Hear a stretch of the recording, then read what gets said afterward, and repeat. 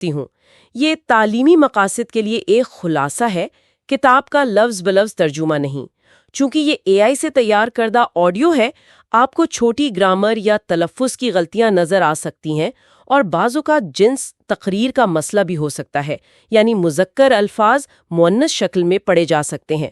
خوش آمدید۔ آج ہم تاریخ کے ایک ایسے باب پر غور کر رہے ہیں جو کافی ڈرامائی بھی ہے اور سبق آموز بھی۔ پہلی اینگلو افغان جنگ جو 1839 سے 1842 تک جاری رہی۔ جی ہماری رہنمائی کے لیے ایڈگر او بیلنس کی کتاب افغان جنگیں 1839-1992 کے اہم نقاط ہیں۔ یہ وہ دور تھا جب برطانوی ہندوستان اور روس وہ وسطی ایشیا میں اثر و رسوخ کے لیے آمنے سامنے تھے، جسے دی گریٹ گیم کہا جاتا تھا۔ بالکل، گریٹ گیم۔ آئیے سمجھتے ہیں کہ یہ جنگ کیوں ہوئی، کیا اہم موڑ آئے اور اس کا انجام کیا نکلا۔ جی بالکل، اور شروع میں یہ سمجھنا ضروری ہے، جیسا کہ وہ بیلنس واضح کرتے ہیں، کہ اس وقت کا افغانستان وہ آج جیسا کوئی ایک ملک نہیں تھا۔ اچھا۔ یہ مختلف قبائل، نسلوں، سرداروں میں بٹا ہوا ایک خطہ تھا۔ اندرونی دشمنیاں عام تھیں۔ تو یہ جنگ بنیادی طور پر باہر سے مسلط کی گئی تھی، جس کے پیچھے برطانوی سامراجی مقاصد تھے۔ تو جنگ سے پہلے کا یہ علاقہ کیسا تھا؟ مطلب نقشے پر تو پہاڑ، صحرا اور بہت سے مختلف لوگ نظر آتے ہیں، پٹھان، ہزارہ، قزلباش۔ جی ہاں، غلزی، تاجک، ازبک، ایک پیچیدہ قبائلی نظام تھا۔ وفاداریاں شخصیات اور قبیلوں سے تھیں۔ کسی قومی ریاست کا تصور بہت کمزور تھا۔ تاریخ میں بھی تو بڑے فاتحین یہاں سے گزرے ہیں، سکندر اعظم، چنگیز خان۔ بالکل، بابر تک۔ مگر قومی شناخت کا تصور کمزور تھا۔ اصل طاقت چھوٹے سرداروں کے پاس تھی، وہ آپس میں ہی لڑتے رہتے تھے۔ تو دوست محمد خان کیسے ابھرے؟ دیکھیں، 1747 میں احمد شاہ درانی نے قندھار میں ایک ریاست کی بنیاد رکھی تھی، لیکن 19ویں صدی کے شروع تک تخت کے لیے جنگیں چلتی رہیں۔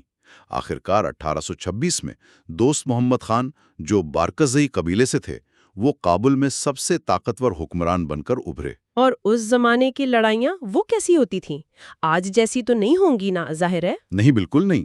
حکمرانوں کی اپنی چھوٹی فوجیں ہوتی تھیں، اکثر کرائے کے فوجی، اور دلچسپ بات، او بیلنس لکھتے ہیں کہ حکمران ان کرائے کے فوجیوں پر اپنے رشتہ داروں سے زیادہ بھروسہ کرتے تھے۔ اچھا، یہ تو عجیب بات ہے۔ جی، ہتھیار تھے، نیزے، تلواریں، اور ایک خاص قسم کی لمبی بندوق، جزائل کہتے تھے۔ جزائل؟ ہاں، منہ سے بھری جاتی تھی، اور ایک فائر تیار کرنے میں آپ سوچیں 2 منٹ لگ جاتے تھے۔ 2 منٹ ایک فائر کے لیے؟ ناقابل یقین۔ تو لڑائی کا انداز تو بہت ہی مختلف ہوتا ہوگا۔ یقیناً، گھڑ سوار حملہ کرتے، فائر کرتے، پھر لوڈ کرنے پیچھے ہٹ جاتے۔ کچھ پرانی توپیں بھی تھیں جو اکثر غیر ملکی چلاتے تھے۔ اور قبائلی جنگجو؟ وہ اکثر لوٹ مار کی امید پر شامل ہوتے تھے، زیادہ قابل بھروسہ نہیں ہوتے تھے۔ سڑکیں تھیں نہیں، اس لیے فوج کی نقل و حرکت بہت مشکل تھی۔ اصل جنگ تو سازشوں اور دھوکہ دہی سے لڑی جاتی تھی۔ اب آتے ہیں اس گریٹ گیم پر۔ برطانیہ ہندوستان میں، روس وسطی ایشیا میں۔ برطانیہ کی نظریں افغانستان پر کیوں تھی آخر؟ 2 بڑی وجوہات تھیں، ایک تو تجارت، دریائے سندھ کے راستے وسطی ایشیا تک رسائی، اور دوسرا خوف۔ خوف کس چیز کا؟ کہ روس کہیں افغانستان کے راستے ہندوستان پر حملہ نہ کر دے۔ لارڈ کرزن نے اسے دنیا پر غلبے کی شطرنج کی بازی کہا تھا۔ تو کیا برطانیہ قبضہ کرنا چاہتا تھا؟ نہیں، براہ راست قبضہ نہیں۔ وہ چاہتے تھے کہ ایک دوست حکمران ہو جس پر ان کا اثر ہو، ان کا پولیٹیکل آفیسر وہاں ہو جو معاملات کو کنٹرول کرے۔ یوں روس دور رہے۔ Political officer? یہ تو بڑا اہم کردار لگتا ہے۔ جی، برائے نام سفیر، مگر اصل میں کافی با اختیار۔ اور روس کا کیا؟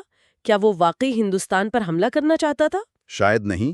او بیلنس اشارہ دیتے ہیں کہ بیچ میں صحرا تھے، بڑی رکاوٹ تھی۔ روس کی توجہ شاید خیبر جیسی ریاستوں پر زیادہ تھی، اور ایک وجہ وہاں مسیحی غلاموں کی فروخت بھی بتائی جاتی ہے۔ تو شاید برطانوی خوف وہ کچھ زیادہ ہی تھا۔ تو پھر جنگ کی اصل چنگاری کہاں سے اٹھی؟ وہ کون سا فیصلہ تھا؟ حالات اس وقت الجھے جب دوست محمد خان پشاور واپس لینا چاہتے تھے، جو سکھوں کے پاس تھا، اور رنجیت سنگھ سندھ سے شکارپور لینا چاہتے تھے۔ اچھا۔ برطانیہ نے یہاں ایک او بیلنس سے بدترین فیصلہ کہتے ہیں۔ انہوں نے دوست محمد خان کو ہٹانے کا منصوبہ بنایا، جو ایک مقبول اور طاقتور حکمران تھے۔ جی ہاں، اور ان کی جگہ شاہ شجاع کو لانے کا فیصلہ کیا، جو پہلے حکمران رہ چکے تھے مگر انتہائی غیر مقبول تھے۔ بدلے میں شجاع نے برطانوی شرائط مان لیں۔ یعنی ایک غیر مقبول سابقہ حکمران کو واپس لانا، یہ تو شروع سے ہی خطرناک منصوبہ لگتا ہے۔ بالکل، اور اسی بنیاد پر جون 1838 میں سافریقی معاہدہ ہوا، شملہ معاہدہ، برطانیہ، رنجیت سنگھ اور شاہ شجاع کے درمیان۔ ٹھیک ہے۔ پھر اکتوبر 1838 میں شملہ منشور آیا، جس میں دوست محمد کو ہٹانے کا جواز پیش کیا گیا اور دعویٰ کیا گیا کہ افغان عوام شاہ شجاع کا خیر مقدم کریں گے۔ یہ ایک بہت بڑی غلط فہمی تھی، جس کے نتائج تباہ کن نکلے ہوں گے۔ جی بالکل، یہی غلط فہمی تباہی کے بیج بونے کے مترادف تھی۔ اور پھر حملہ ہوا، آرمی آف دی انڈس، ایک بڑی فوج تیار کی گئی۔ جی، تقریباً 39,000 فوجی، برطانوی اور ہندوستانی سپاہی۔ یہ فوج بولان درے کے مشکل راستے سے افغانستان میں داخل ہوئی۔ راستہ کیسا تھا؟ آسان تو نہیں ہوگا؟ بالکل نہیں، شدید گرمی، بیماری، رسد کی کمی، ہزاروں جانور مر گئے۔ دوسری طرف دوست محمد کے پاس باقاعدہ فوج بہت کم تھی، شاید 5,000 کے قریب، باقی قبائلی جنگجو جن کا کوئی بھروسہ نہیں۔ فوج کا پہلا بڑا ٹکراؤ پھر غزنی میں ہوا؟ ہاں، 23 جولائی 1839 کو غزنی کا مضبوط قلعہ تھا۔ برطانوی توپ خانے نے کمال دکھایا، انہوں نے قلعے کا کابل گیٹ دھماکے سے اڑا دیا۔ اچھا۔ اور شہر پر قبضہ کر لیا۔ یہ ایک فیصلہ کن فتح تھی۔ دوست محمد کی پوزیشن بہت کمزور ہو گئی، ان کی مصالحت کی پیشکش ٹھکرا دی گئی۔ اور پھر کابل؟ 7 اگست 1839 کو برطانوی فوج بغیر لڑے کابل میں داخل ہو گئی، کیونکہ دوست محمد شمال کی طرف فرار ہو گئے تھے۔ تو کابل پر قبضہ ہو گیا، شاہ شجاع تخت پر بیٹھ گئے۔ اس کے بعد کیا سب ٹھیک ہو گیا؟ حالات قابو میں آ گئے؟ نہیں، یہیں سے اصل مسائل شروع ہوئے۔ پہلی بڑی غلطی ہوئی کہ برطانوی فوج کا بڑا حصہ واپس ہندوستان بھیج دیا گیا۔ اوہ! شاہ شجاع کابل میں تھے، لیکن ان کی حمایت بالکل نہیں تھی۔ جلد ہی برطانوی مخالف جذبات بڑھنے لگے۔ بلوچستان میں کہان کی چھوٹی گیرزن پر حملہ ہوا، قلعات میں بغاوت۔ یہ چھوٹی چھوٹی چنگاریاں تھیں جو بڑے طوفان کا پیش خیمہ بنے۔ دوست محمد خان کہاں تھے اس دوران؟ وہ پہلے شمال گئے، پھر بخارا فرار ہوئے، وہاں سے واپس افغانستان آئے۔ لیکن پھر نومبر 1840 میں انہوں نے ایک حیران کن قدم اٹھایا۔ کیا؟ کابل کے قریب ایک جھڑپ کے بعد انہوں نے خود کو سینئر برطانوی پولیٹیکل آفیسر سر ولیم میکناٹن کے حوالے کر دیا۔ خود کو حوالے کر دیا؟ کیوں؟ انہیں ہندوستان بھیج دیا گیا، جہاں وہ آرام سے جلاوطنی گزارنے لگے۔ اوبیلینز کے مطابق یہ شاید ایک دانشمندانہ چال تھی، آنے والے طوفان سے بچنے کے لیے۔ اچھا۔ لیکن برطانوی حکام نے اسے اپنی کامیابی سمجھا اور وہ مطمئن ہو گئے۔ اور پھر انہوں نے وہ فیصلہ کیا جسے اوبیلینز سب سے زیادہ کوتاہی اندیشی پر مبنی فیصلہ کہتے ہیں۔ وہ کیا تھا؟ اخراجات میں کمی۔ انہوں نے ان قبائلی سرداروں کو دی جانے والی رقم کم کر دی جو راستوں کو کھلا رکھنے کے لیے دی جاتی تھی۔ اوہو، یہ تو آگ سے کھیلنے والی بات ہوئی۔ جن لوگوں کو ساتھ رکھنے کے لیے پیسے دے رہے تھے ان کی جیب کاٹ لی۔ بالکل۔ اور اسی وقت ایک اور غلطی ہوئی۔ کابل میں فوجی کمانڈر مقرر کیا گیا میجر جنرل ایلفنسٹن کو۔ وہ عمر رسیدہ تھے، بیمار تھے اور فیصلہ سازی میں کمزور تھے۔ جبکہ کابل جنرل ناٹ کندھار میں دور بیٹھے تھے۔ جی ہاں، یہ تمام عوامل مل کر ایک تباہ کن صورتحال تیار کر رہے تھے۔ اور پھر بغاوت پھوٹ پڑی۔ جی، اکتوبر 1841 میں چاریکار میں شاہ شجاع کی گورکھا بٹالین پر حملہ ہوا، وہ تقریباً ختم ہو گئی۔ پھر 2 نومبر 1841 کو کابل میں بڑا واقعہ ہوا۔ سینئر پولیٹیکل آفیسر سر الیگزینڈر برنز کو قتل کر دیا گیا۔ اوہ خدایا! جنرل ایلفنسٹن نے فوری کارروائی نہیں کی، ہچکچاہٹ دکھائی، اسے کمزوری سمجھا گیا اور بغاوت پھیل گئی۔ جلد ہی کابل سے باہر برٹش چھاؤنی کا محاصرہ ہو گیا۔ چھاؤنی غیر محفوظ جگہ پر تھی، ہے نا؟ بالکل، نچلی جگہ پر، آس پاس پہاڑیاں جن پر افغان قابض تھے، رسد بند، رابطہ منقطع، حالات بہت تیزی سے بگڑے۔ کیا مدد نہیں پہنچ سکی کہیں سے؟ قندھار سے یا جلال آباد سے؟ ایلفنسٹن نے مدد مانگی، لیکن قندھار سے جنرل نوٹ برف باری کی وجہ سے نہ آ سکے، اور جنرل سیل جو پہلے ہی کابل سے نکل چکے تھے وہ جلال آباد میں تھے اور واپس نہ آ پائے۔ تو کابل میں گیریزن بالکل تنہا رہ گئی؟ جی، میکناٹن نے مذاکرات کی کوشش کی، لیکن اسی دوران دوست محمد کے بیٹے محمد اکبر خان سامنے آئے۔ بظاہر صلح کرانے آئے تھے مگر جلد ہی بغاوت کے رہنما بن گئے۔ اچھا، آخرکار دسمبر 1841 میں میکناٹن کو مذاکرات کے بہانے بلایا گیا اور پھر دھوکے سے قتل کر دیا گیا۔ میکناٹن کا قتل، اس کے بعد تو واپسی ناممکن ہو گئی ہوگی۔ یقیناً کابل میں برطانوی قیادت مکمل طور پر مایوس اور خوفزدہ ہو گئی اور پھر پسپائی کا وہ تباہ کن فیصلہ کیا گیا۔ پسپائی جنوری 1842 میں؟ جی 6 جنوری 1842 کو شدید سردی میں تقریباً 4500 فوجی اور 12,000 سویلین مرد، عورتیں، بچے کابل سے جلال آباد کے لیے روانہ ہوئے۔ 12,000 سویلین بھی؟ جی، کیمپ فالوورز، بیماروں اور زخمیوں کو پیچھے چھوڑ دیا گیا جنہیں بعد میں مار دیا گیا۔ یہ تصور کرنا بھی بہت مشکل ہے۔ 16,000 سے زیادہ لوگ، برفانی موسم اور دشمن کا علاقہ۔ یہ تاریخ کی بدترین فوجی پسپائیوں میں سے ایک ہے۔ پہلے ہی دن سے حملے شروع ہو گئے۔ دریائے لوگر کے پل پر بھگدڑ مچی، سامان پیچھے رہ گیا۔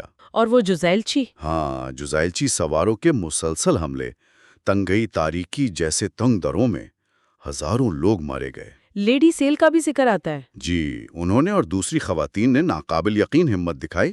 ایک موقع پر اکبر خان نے خواتین، بچوں اور ان کے شوہروں کو اپنی حفاظت میں لینے کی پیشکش کی جو قبول کر لی گئی۔ یہ ایک طرح سے ان کی جان بچ گئی۔ اور باقی فوج کا کیا بنا؟ General Elphinstone? پیچھے والی قات تباہ ہو گئی۔ جنرل ایلفنسٹن بھی قید کر لیے گئے۔ آخر میں 13 جنوری کو جگدھلک کے قریب آخری مزاحمت ہوئی۔ چند سپاہی بہادری سے لڑے اور مارے گئے۔ اور پھر وہ مشہور زمانہ بات کہ صرف ایک شخص بچ کر جلال آباد پہنچا۔ جی، اسسٹنٹ سرجن ولیم برائیڈن شدید زخمی حالت میں وہ واحد زندہ بچ جانے والا کہلائے۔ اندازہ ہے کہ 16,000 سے زیادہ لوگ، فوجی اور سویلین، اس پسپائی میں مارے گئے۔ ناقابل یقین! کیا یہ مکمل شکست تھی؟ مطلب ہر جگہ؟ کابل میں تو مکمل تباہی تھی۔ غزنی میں بھی گیریزن نے مارچ میں ہتھیار ڈالے اور زیادہ تر مارے گئے۔ لیکن جلال آباد میں جنرل سیل اور قندھار میں جنرل ناٹ ڈٹے رہے۔ انہوں نے نہ صرف کامیابی سے دفاع کیا بلکہ حملہ آوروں کو شکست بھی دی۔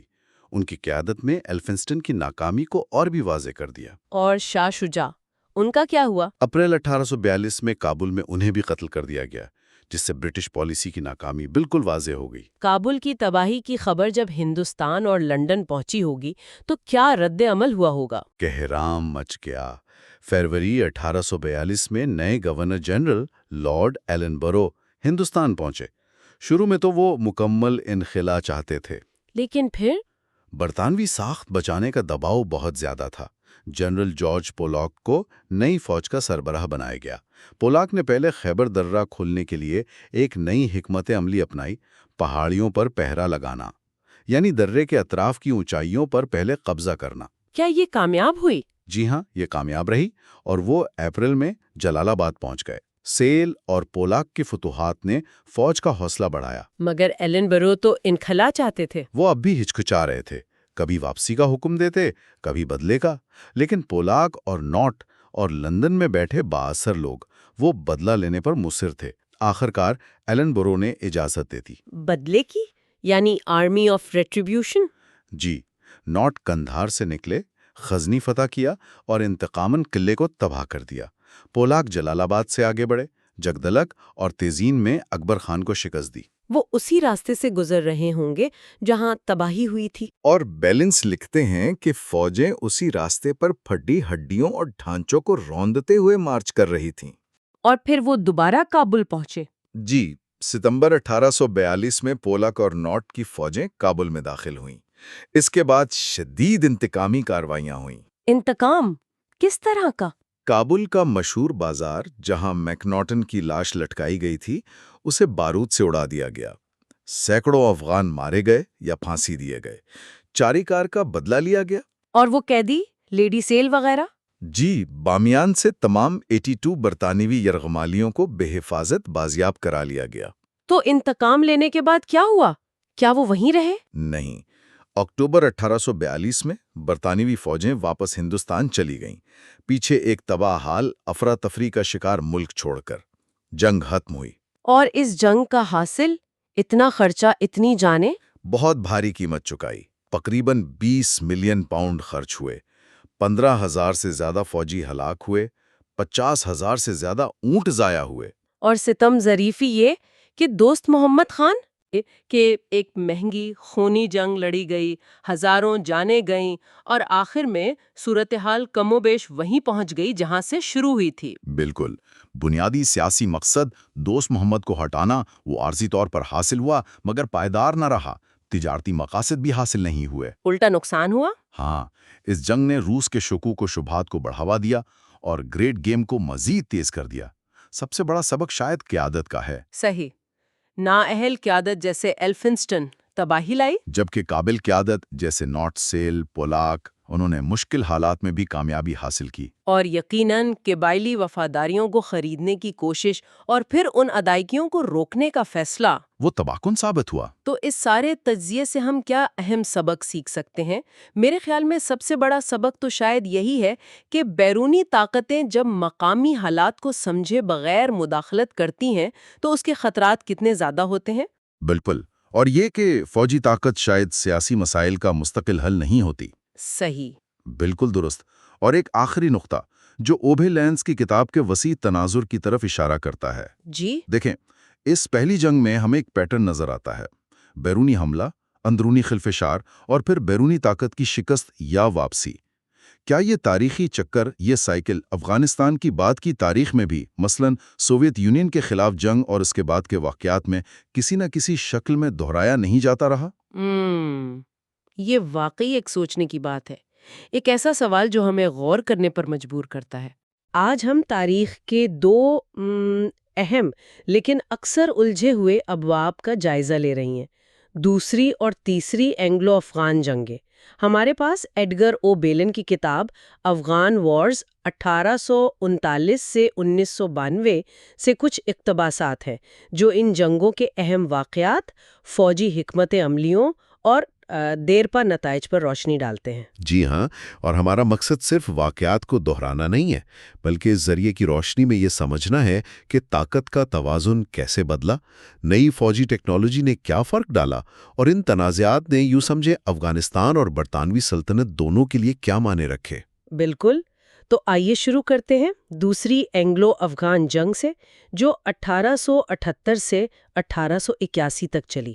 پہلی جنگ کے تقریباً 30 سال بعد کیا حالات تھے جنہوں نے اس دوسری جنگ کی راہ ہموار کی؟ امیر دوست محمد خان کابل واپس آ گئے تھے اور انہوں نے آہستہ آہستہ اپنا اختیار دوبارہ قائم کیا، لیکن اسی دوران برطانوی ہندوستان میں تیزی سے پھیل رہے تھے، پہلے سندھ 1843 میں اور پھر پنجاب 1849 میں۔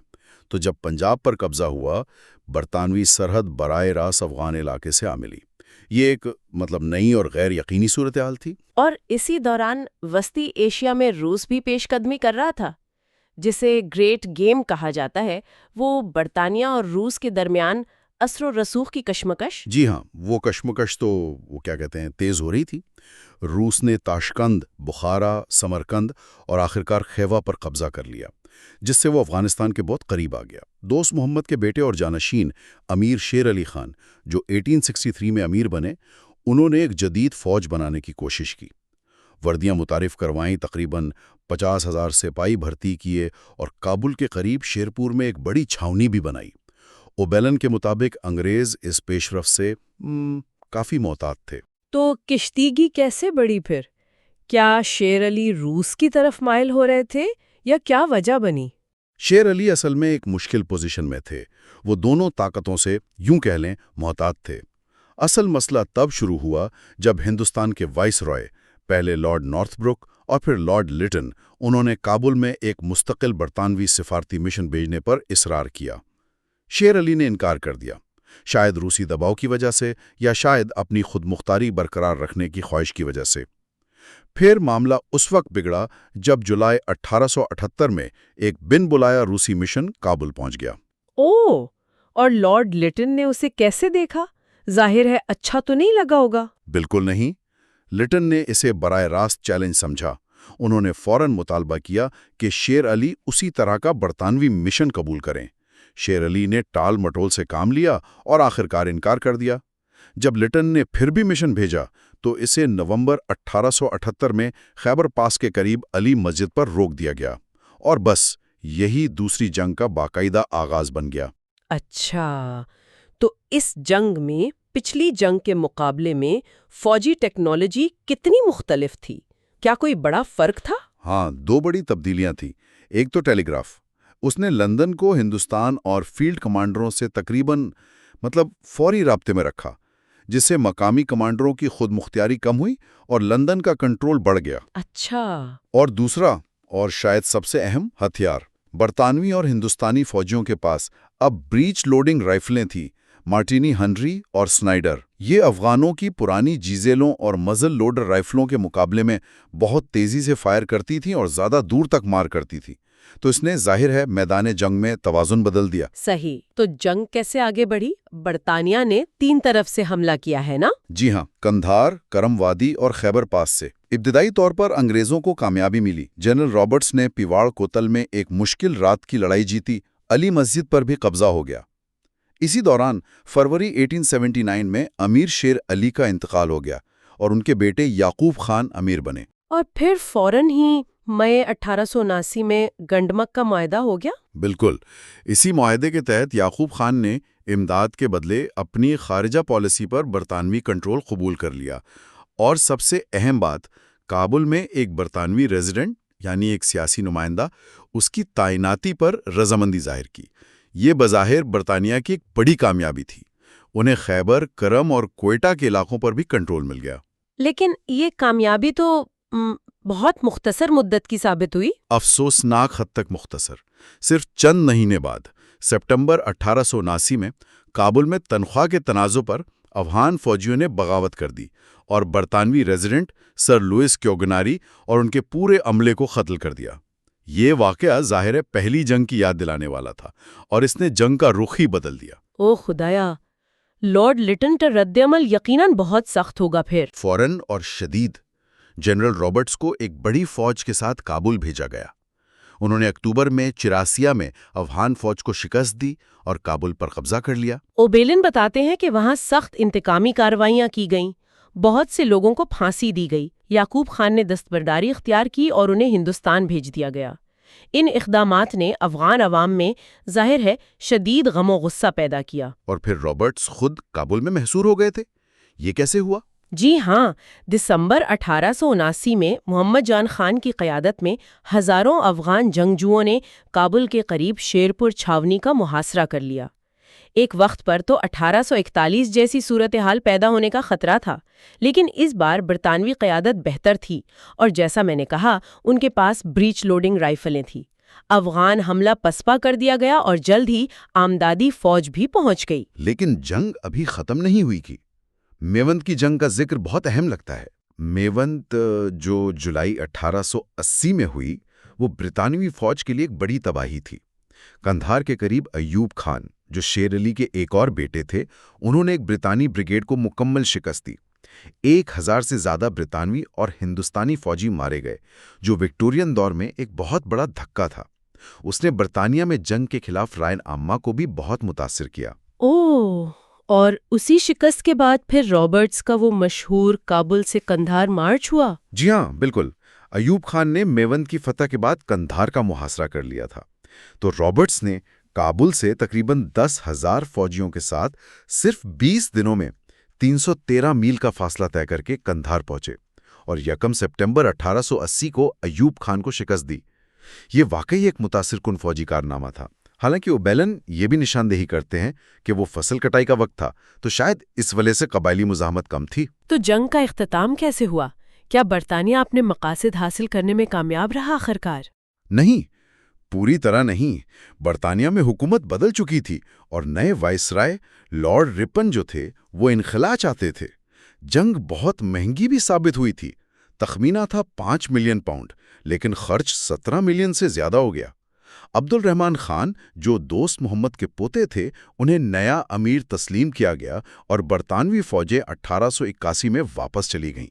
سب سے اہم بات یہ ہے کہ برطانیہ کابل میں مستقل ریزیڈنٹ رکھنے کا اپنا بنیادی مقصد حاصل کرنے میں ناکام رہا۔ عبد الرحمن نے اس سے صاف انکار کر دیا۔ تو دوسری جنگ کا خلاصہ یہ ہوا کہ فوجی طور پر تو خاص طور پر ان نئی رائفلوں کی وجہ سے برطانیہ زیادہ تر لڑائیوں میں غالب رہا، لیکن سیاسی طور پر وہ اپنا مرکزی ہدف حاصل نہیں کر سکا۔ بالکل، یہ جنگ ٹیکنالوجی کے اثر، فوجی کامیابی اور سیاسی ناکامی کے تضاد کی ایک بہترین مثال ہے۔ اس نے افغانستان میں بیرونی مداخلت کی قیمت اور مشکلات کو بھی بہت واضح کیا۔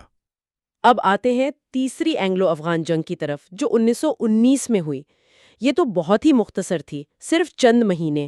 اس کے پیچھے کیا عوامل تھے؟ جی، دوسری جنگ کے بعد امیر عبد الرحمن نے، جنہیں ان کی سختی کی وجہ سے آئرن امیر بھی کہا جاتا تھا، ملک کو مضبوط کیا، سرحدوں کا تعین کروایا، بشمول 1893 کی وہ متنازع ڈیورنڈ لائن جس نے افغانستان اور برطانوی ہندوستان کی سرحد قائم کی۔ ان کے بیٹے امیر حبیب اللہ، جو 1901 سے 1919 تک امیر رہے، انہوں نے پہلی جنگ عظیم میں افغانستان کو غیر جانبدار رکھا، اگرچہ ان پر دونوں طرف سے کافی دباؤ تھا۔ لیکن پھر حبیب اللہ کا قتل ہو گیا؟ جی ہاں، فروری 1919 میں ان کا قتل ہو گیا اور ان کے 26 سالہ بیٹے امان اللہ خان امیر بنے۔ وہ نوجوان تھے، پرجوش تھے اور بہت قوم پرست تھے۔ انہوں نے آتے ہی اپریل 1919 میں افغانستان کی مکمل آزادی کا اعلان کر دیا، بشمول خارجہ پالیسی، جس پر اب تک برطانوی کنٹرول تھا۔ اور یہ ایک ایسے وقت میں ہوا جب برطانیہ خود تھوڑا کمزور تھا۔ بالکل صحیح، پہلی جنگ عظیم ابھی ختم ہوئی تھی، برطانوی فوج ڈی موبلائزیشن کے عمل سے گزر رہی تھی، یعنی فوجی فارغ ہو رہے تھے، تھکے ہوئے تھے۔ ہندوستان میں قوم پرستی زوروں پر تھی اور اپریل 1919 میں امرتسر کا وہ افسوسناک واقعہ بھی تازہ تھا۔ امان اللہ نے شاید اس صورتحال کو اپنے حق میں استعمال کرنے کا سوچا۔ 1919 میں افغان فوج کی حالت کیا تھی؟ کیا کوئی بہتری آئی تھی پچھلی جنگ کے مقابلے میں؟ کچھ بہتری تو ضرور تھی۔ فوج کی تعداد تقریباً 50,000 تھی۔ زیادہ تر کے پاس اب جدید رائفلیں تھیں، اگرچہ وہی پرانی مارٹینی ہنری سنائڈر، لیکن تھیں ضرور۔ کچھ مشین گنیں اور توپیں بھی تھیں۔ سپلائی ڈیپو اور اونٹوں کی رجسٹریشن کا نظام بھی موجود تھا، لیکن اوبیلن کے مطابق قیادت اور تربیت اب بھی کمزوریاں تھیں۔ اور برٹش فوج کے پاس کیا نیا تھا اس بار؟ ان کے پاس بہتر لی اینفیلڈ رائفلیں تھیں، زیادہ مشین گنز اور جدید توپ خانہ تھا۔ لیکن دو بالکل نئی چیزیں تھیں۔ ایک تو محدود تعداد میں موٹر ٹرانسپورٹ، یعنی لاریاں اور بختر بند گاڑیاں، اور سب سے اہم رائل ایئر فورس یعنی RAF کے ہوائی جہاز۔ اگرچہ یہ پرانے ماڈل کے تھے، BE-2C جیسے، لیکن یہ جنگ میں فیصلہ کن ثابت ہوئے۔ تو جنگ شروع کیسے ہوئی اس بار؟ 3 مئی 1919 کو افغان فوجیوں نے سرحد پار کر کے خیبر میں باغ گاؤں پر قبضہ کر لیا۔ شاید امان اللہ کا مقصد پوری جنگ نہیں تھی، بلکہ سرحد پر تھوڑا دباؤ ڈال کر اپنی پوزیشن مضبوط کرنا اور اندرونی حمایت حاصل کرنا تھا۔ اور اس جنگ میں آپ نے کہا ہوائی جہازوں کا کردار اہم تھا، کتنا اہم؟ اوبیلن کے مطابق تو حیران کن حد تک اہم تھا۔ شروع کی جھڑپوں میں، جیسے باغ کی لڑائیوں میں، RAF کے ان پرانے BE-2C طیاروں نے بمباری کر کے افغانوں کو پسپا کرنے میں مدد دی۔ انہوں نے ڈاکا میں افغان کیمپ پر بمباری کی، جس سے بھاری نقصان ہوا۔ اگرچہ یہ طیارے سست تھے اور اکثر زمین سے ان پر فائرنگ بھی ہوتی تھی، لیکن ان کا نفسیاتی اثر بہت زیادہ تھا۔ اچھا، جنگ مختلف محاذوں پر لڑی گئی تھی پھر؟ جی ہاں، افغان منصوبہ 3 طرفہ حملے کا تھا، خیبر، کرم اور قندھار کی طرف۔ خیبر اور قندھار کے محاذوں پر، خاص طور پر اسپن بولڈک میں، انگریزوں کو کامیابی ملی، اگرچہ کچھ مشکلات کے ساتھ۔ اسپن بولڈک میں تو انہوں نے جدید توپ خانے کی کریپنگ بیریج تکنیک بھی استعمال کی۔ لیکن وہ مرکزی محاذ جہاں نادر خان کمانڈر تھے، وہ زیادہ ڈرامیٹک لگتا ہے، جو بعد میں بادشاہ بنے۔ ہاں، وہاں صورتحال کافی دلچسپ تھی۔ نادر خان نے پیش قدمی کی اور تھل کے اہم برطانوی گیریجن کا محاصرہ کر لیا۔ یہ مئی 1919 کی بات ہے۔ انگریز کمانڈر نے وزیرستان سے ملیشیا ہٹا کر ایک غلطی کی تھی، جس سے وہاں بھی بغاوت پھیل گئی۔ اور پھر بریگیڈیئر جنرل ڈائر آئے بچاؤ کے لیے۔ یہ وہ امرتسر والے تو نہیں تھے؟ ان کا قصہ کافی مشہور ہے۔ نہیں، یہ وہ نہیں تھے، یہ دوسرے ڈائر تھے۔ جی ہاں، انہوں نے مختلف یونٹوں کو اکٹھا کر کے ایک عارضی فورس بنائی۔ انہوں نے موٹر ٹرانسپورٹ اور ریلوے کا بھرپور استعمال کیا۔ اوبلن ایک دلچسپ واقعہ بتاتے ہیں کہ ڈائر نے ٹرکوں پر درختوں کے تنے رکھ کر انہیں توپوں جیسا دکھایا تاکہ دشمن پر روب ڈالا جا سکے۔ انہوں نے تیزی سے پیش قدمی کی اور 1-2 جون کو تھل کا محاصرہ توڑ دیا۔ اور وہ قصہ جب نادر خان نے جنگ بندی کا پیغام بھیجا؟ ہاں، تو ڈائر کا مشہور جواب تھا، میری توپیں فوری جواب دیں گی۔ یہ سن کر اور برطانوی پیش قدمی دیکھ کر نادر خان پیچھے ہٹ گئے، لیکن اگلے ہی دن 3 جون کو باقاعدہ جنگ بندی ہو گئی۔ جنگ بندی اتنی جلدی؟ کیا صرف ڈائر کی کامیابی وجہ تھی یا کچھ اور بھی تھا؟ ڈائر کی کامیابی یقیناً اہم تھی، لیکن اوبلن کے مطابق فیصلہ کن عنصر ایک بار پھر RAF تھی۔ 24 مئی 1919 کو ایک واحد بڑا ہینڈلے پیج V-1500 بمبارڈ طیارہ کابل کے اوپر سے گزرا اور اس نے چند بم گرائے۔ ان بموں سے امیر کے محل اور شہر کی واحد اسلحہ فیکٹری کو نقصان پہنچا۔ جانی نقصان شاید کم تھا، لیکن دارالحکومت پر بمباری کا نفسیاتی اثر وہ بہت زیادہ تھا۔ اسی نے امان اللہ کو مذاکرات پر آمادہ کرنے میں کلیدی کردار ادا کیا۔ اچھا، تو مذاکرات ہوئے اور پھر راولپنڈی کا معاہدہ ہوا اگست 1919 میں۔ نتیجہ کیا نکلا اس تیسری جنگ کا؟ سب سے اہم نتیجہ یہ نکلا کہ برطانیہ نے افغانستان کی خارجہ پالیسی پر اپنا کنٹرول ختم کر دیا۔ امان اللہ نے جس مقصد کے لیے جنگ شروع کی تھی، یعنی مکمل آزادی، وہ انہوں نے حاصل کر لی۔ تو فوجی طور پر میدان میں برتری کے باوجود برطانیہ اپنا وہ سیاسی ہدف برقرار نہ رکھ سکا۔ اوبلن ایک دلچسپ ضمنی بات بتاتے ہیں، گھولی چٹ کی۔ یہ ایک پرچہ تھا جو RAF پائلٹوں کو دیا جاتا تھا، جس میں لکھا ہوتا تھا کہ اگر وہ دشمن کے علاقے میں گر جائیں تو ان کی مدد کرنے والے کو انعام دیا جائے گا۔ تو تیسری جنگ کا سبق یہ ہوا کہ نئی ٹیکنالوجی، خصوصاً ہوائی جہاز، اس نے جنگ پر گہرا اثر ڈالا، اور ایک کمزور سمجھی جانے والی طاقت بھی صحیح وقت پر قدم اٹھا کر اپنے سیاسی مقاصد حاصل کر سکتی ہے۔ بالکل، یہ جنگ فضائی طاقت کے ابتدائی مگر فیصلہ کن استعمال کی ایک بہت اہم مثال ہے۔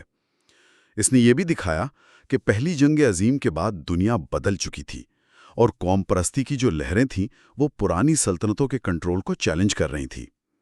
افغان فوج میں کچھ بہتری کے باوجود کمزوریاں تھیں، لیکن برطانوی فوج بھی ظاہر ہے مورال کے مسائل کا شکار تھی۔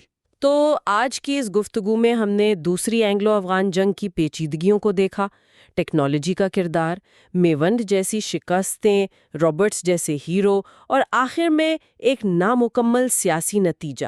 پھر ہم نے تیسری مختصر مگر اہم جنگ کا جائزہ لیا، جس میں پہلی جنگ عظیم کے بعد کا بدلا ہوا ماحول، امان اللہ کی جرأت مندانہ چال، اور تاریخ میں شاید پہلی بار فضائی طاقت کا جنگ کا پانسا پلٹنے والا کردار شامل ہے۔ جی، اور یہ دونوں جنگیں صرف افغانستان کی تاریخ کا حصہ نہیں ہیں، بلکہ یہ نو آبادیاتی دور کے اختتام، جدید جنگوں کی نوعیت، ٹیکنالوجی کے اثرات اور قومی شناخت کے ابھرنے کی ایک بڑی کہانی کا بھی حصہ ہے۔ اوبلن کی تفصیلات ہمیں یاد دلاتی ہیں کہ فوجی فتوحات ہمیشہ مطلوبہ سیاسی نتائج نہیں دیتی، اور طاقت کے کھیل کی انسانی قیمت بہت زیادہ ہو سکتی ہے۔ اور آخر میں ایک سوچنے کی بات چھوڑ جاتے ہیں، ان دونوں جنگوں، خاص طور پر تیسری جنگ کا نتیجہ، جہاں فوجی برتری کے باوجود برطانیہ افغانستان پر اپنا سیاسی کنٹرول برقرار نہ رکھ سکا، یہ ہمیں طویل مدتی سیاسی مقاصد کے حصول میں خالص فوجی طاقت کی حدود کے بارے میں کیا سکھاتا ہے، خاص طور پر افغانستان جیسے علاقے میں جہاں بیرونی مداخلت کی تاریخ ہمیشہ اتنی پیچیدہ رہی ہے۔ خوش آمدید۔ آج ہم افغانستان کی تاریخ کے بہت ہی اہم اور پیچیدہ دور کو دیکھ رہے ہیں، یعنی 1919 سے 1983 تک کا عرصہ۔ یہ وہ دور ہے جس نے، آپ کہہ سکتے ہیں، جدید افغانستان کی بنیاد رکھی۔ اس میں اندرونی اصلاحات کی کوششیں بھی ہوئیں، بیرونی طاقتوں کا اثر بھی بڑھا، اور پھر آخر میں سوویت یونین کی فوجی مداخلت ہوئی۔ ہماری آج کی گفتگو کا جو بنیادی ماخذ ہے وہ ایڈگر او بیلنس کی کتاب افغان جنگیں 1839-1992 کے کچھ اقتباسات ہیں، اور آج ہمارا مقصد یہ ہے کہ ان مرکزی واقعات، شخصیات اور ان قوتوں کو سمجھیں جنہوں نے ملک کو ایک لمبے تنازع کی طرف دھکیل دیا۔ تو آئیے اس پر ایک گہری نظر ڈالتے ہیں۔ اچھا، تو شروعات کرتے ہیں امان اللہ خان کے دور سے، 1919 سے 1929۔ تیسری اینگلو افغان جنگ ہوئی، افغانستان کو مکمل آزادی ملی، اور امان اللہ نے لگتا ہے بڑے جوش و خروش سے ملک کو جدید بنانے کا کام شروع کیا۔ جی بالکل، امان اللہ کا ویژن کافی آپ کہہ سکتی ہیں وسیع تھا۔ شروع میں تو انہوں نے کوشش کی کہ وسطی ایشیا میں جو بالشوک مخالف تحریکیں تھیں ان کی مدد کریں، یہاں تک کہ مرو شہر پر قبضے کے لیے کچھ فوجی بھی بھیجے تھے۔ وہ ایک اسلامی وسطی ایشیائی فیڈریشن کا خواب دیکھ رہے تھے، لیکن پھر سرخ فوج آگے بڑھی اور وہ خواب وہیں ختم ہو گیا۔ تو امان اللہ کو پھر اپنی توجہ ملک کے دفاع اور اندرونی اصلاحات پر مرکوز کرنی پڑی۔ اور یہ اصلاحات سنائے کافی انقلابی قسم کی تھی، ہے نا؟ جیسے سیکولر اسکول کھولنا، خواتین کے حقوق کی بات کرنا، زمینداری نظام میں تبدیلی کی کوشش، یہاں تک کہ مغربی لباس کا حکم دینا اور ملکہ کا بغیر پردے کے عوام میں آنا۔ اور قبائلی معاشرہ تھا اس سے ٹکرا گئی، خاص طور پر جو مذہبی رہنما تھے اور وہ طبقے جنہیں پرانے نظام سے فائدہ تھا، وہ سخت مخالف ہو گئے۔ پھر 1928 میں جب وہ یورپ کے ایک لمبے دورے سے واپس آئے تو ملک میں بغاوت پھیل چکی تھی۔ انہوں نے کوشش کی کہ کچھ پیچھے ہٹ جائیں، لیکن وہ ناکام رہی اور انہیں تخت چھوڑنا پڑا۔ یہ تو بڑا دلچسپ تضاد ہے۔ کیا یہ جو کشمکش ہے جدیدیت اور روایت کی، یہ افغانستان کی تاریخ میں ہمیں بار بار نظر آتی ہے؟ بالکل بالکل، یہ ایک بنیادی موضوع ہے۔ اچھا، امان اللہ کے بعد اقتدار ایک تاجک جنگجو باچا سکا کے ہاتھ میں آیا۔ مخالفین انہیں ڈاکو کہتے تھے، لیکن وہ زیادہ عرصہ نہیں رہے۔ جلد ہی جنرل نادر خان، جو پہلے فرانس میں سفیر تھے، وہ واپس آئے۔ انہوں نے کابل پر قبضہ کیا اور خود بادشاہ بن گئے، نادر شاہ کے نام سے۔ اچھا، تو نادر شاہ کا دور تو مختصر رہا، 1929 سے 1933 تک۔ کیا ان کی پالیسی امان اللہ سے مختلف تھی؟ جی، بہت مختلف۔ نادر شاہ نے استحکام پر زیادہ توجہ دی، ہرات کو بزور طاقت مرکز کے تابع کیا اور بین الاقوامی سطح پر آپ کہہ سکتے ہیں غیر جانبداری اور ایک طرح کی تنہائی کی پالیسی اپنائی۔ انہوں نے امان اللہ کے تجربے سے سیکھا تھا شاید، تو فوج کو بھی جان بوجھ کر تھوڑا کمزور رکھا۔ انہیں ڈر تھا کہ کہیں طاقتور فوج کسی کو اقتدار پر قبضے کی ترغیب نہ دے۔ پھر 1933 میں ان کا قتل ہو گیا، اور اس کے پیچھے کون تھا یہ آج تک واضح نہیں۔ ان کے بعد ان کے بیٹے ظاہر شاہ تخت پر بیٹھے، اور ان کا دور تو بہت لمبا چلا۔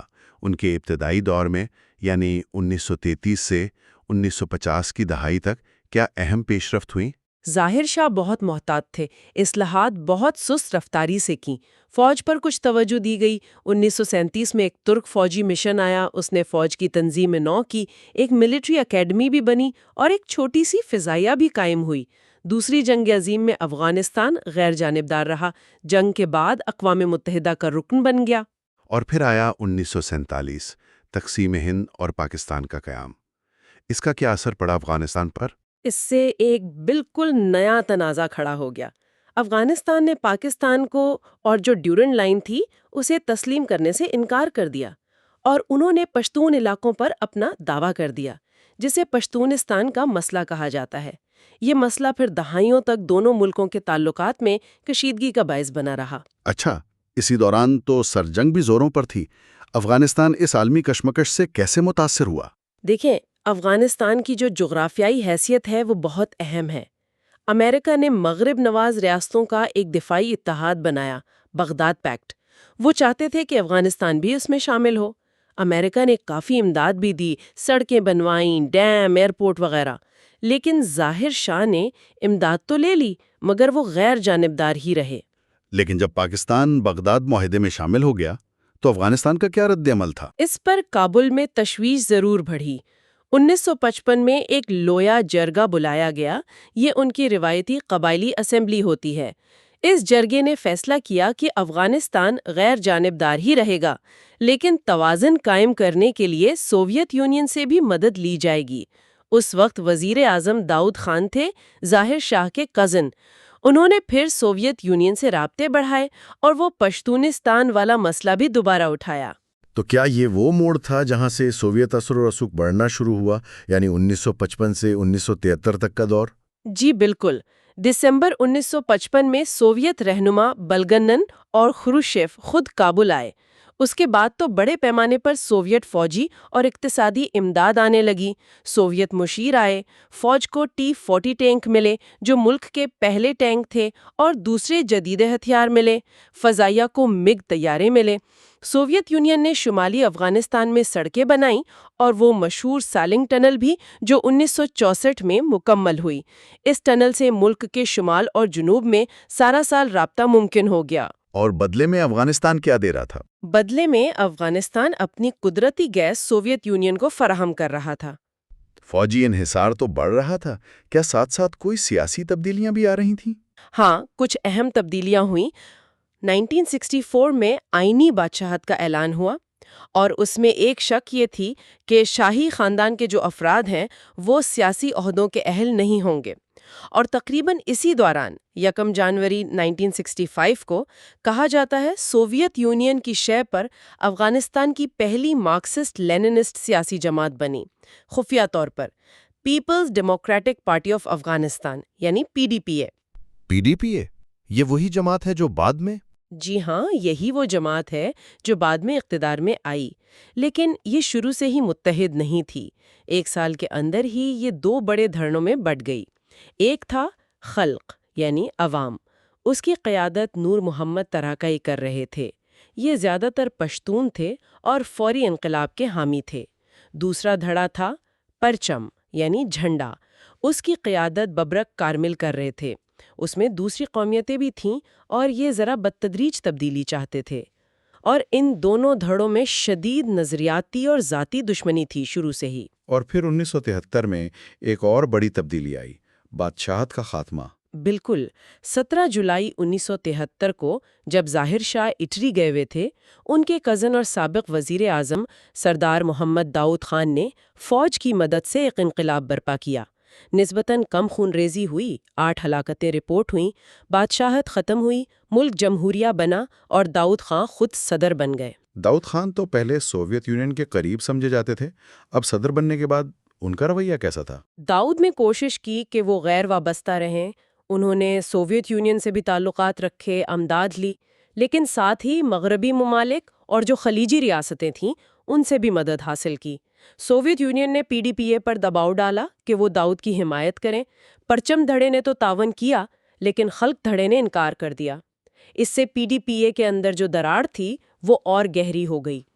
داؤد نے خود بھی تو کچھ اصلاحات کی کوشش کی تھی، جیسے زمینی اصلاحات، ان کا کیا بنا؟ جی، کوشش تو کی، لیکن وہ بھی زیادہ کامیاب نہیں ہوئی۔ زمینی اصلاحات کا نفاذ ٹھیک سے نہیں ہو سکا، کسانوں کو وہ ضروری مدد نہیں ملی جو چاہیے تھی۔ دوسری سماجی اصلاحات نے مذہبی اور روایتی طبقوں کو مزید ناراض کر دیا۔ معاشی مسائل تھے، خشک سالی تھی، ان کی مشکلات بڑھتی گئیں، اور اسی دوران داؤد کے خلاف اسلامی مزاحمت بھی منظم ہونے لگی۔ اس مزاحمت میں بھی 2 طرح کے لوگ تھے، ایک بنیاد پرست جو اخوان المسلمین سے متاثر تھے، اور دوسرے روایت پسند جو روایتی افغان اقدار کے حامی تھے۔ ان کے کئی رہنما پاکستان میں مقیم تھے۔ اور پاکستان کے ساتھ تعلقات کیسے رہے داؤد کے دور میں؟ وہ کشیدہ ہی رہے 1973 سے 77 تک۔ خاص طور پر پشتونستان کا مسئلہ تھا، اور داؤد حکومت کا جو بائیں بازو کی طرف جھکاؤ تھا وہ بھی ایک وجہ تھی۔ دونوں ملک ایک دوسرے پر الزام لگاتے تھے کہ وہ مخالفین کی مدد کر رہے ہیں۔ تو داؤد کی حکومت بھی زیادہ عرصہ نہیں چل سکی، اس کا خاتمہ کیسے ہوا؟ سور انقلاب؟ جی، سور انقلاب۔ سوویت یونین سمجھتا تھا کہ داؤد اب ان کے قابو سے باہر ہو رہے ہیں، ان کی غیر وابستگی اور خود مختاری ان کے عزائم میں رکاوٹ ہے، تو انہوں نے PDPA کے دونوں دھڑوں خلق اور پرچم کو دوبارہ متحد ہونے پر آمادہ کیا۔ مقصد داؤد کو ہٹانا تھا، اور پھر 27 اپریل 1978 کو PDPA نے فوج میں اپنے حامیوں کی مدد سے ایک پرتشدد انقلاب میں داؤد کا تختہ الٹ دیا۔ اس میں داؤد، ان کے خاندان کے کئی لوگ اور وزیرا مارے گئے۔ اس سور انقلاب کے بعد پھر کیا صورتحال بنی؟ خلق دھڑے کے رہنما نور محمد ترہکئی ملک کے نئے سربراہ بنے۔ جمہوریہ افغانستان کا اعلان ہوا۔ حکومت میں بظاہر تو دونوں دھڑے شامل تھے، کارمل اور امین نائب وزیر اعظم بنے، لیکن اصل طاقت خلق کے پاس ہی تھی۔ ترہکئی نے کہا تو کہ وہ غیر وابستہ رہیں گے، لیکن ان کا جھکاؤ صاف طور پر سوویت یونین کی طرف تھا۔ انہوں نے سماجی اور اقتصادی اصلاحات کو بڑی تیزی سے آگے بڑھایا، زمینی اصلاحات، خواتین کے حقوق، تعلیم، جس سے مخالفت اور بھی بڑھ گئی۔ نیا سرخ جھنڈا لایا گیا اور دسمبر 1978 میں سوویت یونین کے ساتھ ایک باقاعدہ دوستی معاہدہ بھی کر لیا۔ لیکن پی ڈی پی اے کے اندرونی اختلافات کیا وہ ختم ہو رہے تھے؟ بالکل نہیں، وہ اتحاد تو بس دکھاوے کا تھا۔ سوویت یونین کی امیدیں پوری نہیں ہوئیں۔ خلق اور پرچم کی دشمنی فوراً ہی دوبارہ شروع ہو گئی۔ ترکئی کو پرچمیوں پر بالکل اعتماد نہیں تھا۔ جولائی 1978 تک تو کھلی لڑائی شروع ہو گئی۔ خلق دھڑا غالب آ گیا۔ پھر پرچمیوں کے خلاف ایک طرح کی صفائی مہم شروع ہوئی۔ گرفتاریاں ہوئیں، برطرفیاں ہوئیں، افواہیں تھیں کہ پھانسیاں بھی دی گئیں۔ بہت سے پرچمی رہنما بشمول ببرک کارمل ملک سے فرار ہو کر مشرقی یورپ یا سوویت یونین چلے گئے۔ اور مزاحمت، اس کا کیا حال تھا اس دوران؟ اسلامی مزاحمت نے بہت شدت اختیار کر لی۔ اب وہ کھلے عام اینٹی کمیونسٹ تھی۔ ملک بھر میں جھڑپیں، حملے، یہ سب عام ہو گیا تھا۔ مارچ 1979 میں ہرات شہر میں ایک بڑی بغاوت ہوئی۔ اسے کچلنے کے لیے پہلی بار سوویت فوجی مشینوں نے اور شاید پائلٹوں نے بھی براہ راست مدد فراہم کی۔ اس میں ہزاروں لوگ مارے گئے۔ افغان فوج میں بھی بے چینی بڑھ رہی تھی۔ اصلاحات کی مخالفت تھی، پی ڈی پی اے کی اندرونی لڑائی تھی، فرار ہونے والوں کی تعداد بہت بڑھ گئی تھی۔ فروری 1979 میں امریکی سفیر ایڈولف ڈبز کا قتل بھی تو ہوا تھا۔ وہ ایک اہم واقعہ تھا نا؟ جی ہاں، بہت اہم۔ انہیں کابل میں ایک چھوٹے سے ماؤ نواز گروپ نے اغوا کر لیا تھا۔ پھر ایک ریسکیو آپریشن ہوا جو ناکام رہا اور اس میں وہ مارے گئے۔ امریکہ نے الزام لگایا کہ سوویت مشیروں نے ریسکیو آپریشن میں جلد بازی کی تھی۔ سوویت یونین نے اس کی تردید کی۔ اس واقعے سے امریکہ اور افغانستان کے تعلقات بہت خراب ہو گئے۔ امریکہ نے امداد بہت کم کر دی اور کہا جاتا ہے کہ سی آئی اے نے مزاحمت کاروں کی خفیہ مدد بڑھا دی۔ تو حالات بہت تیزی سے خراب ہو رہے تھے۔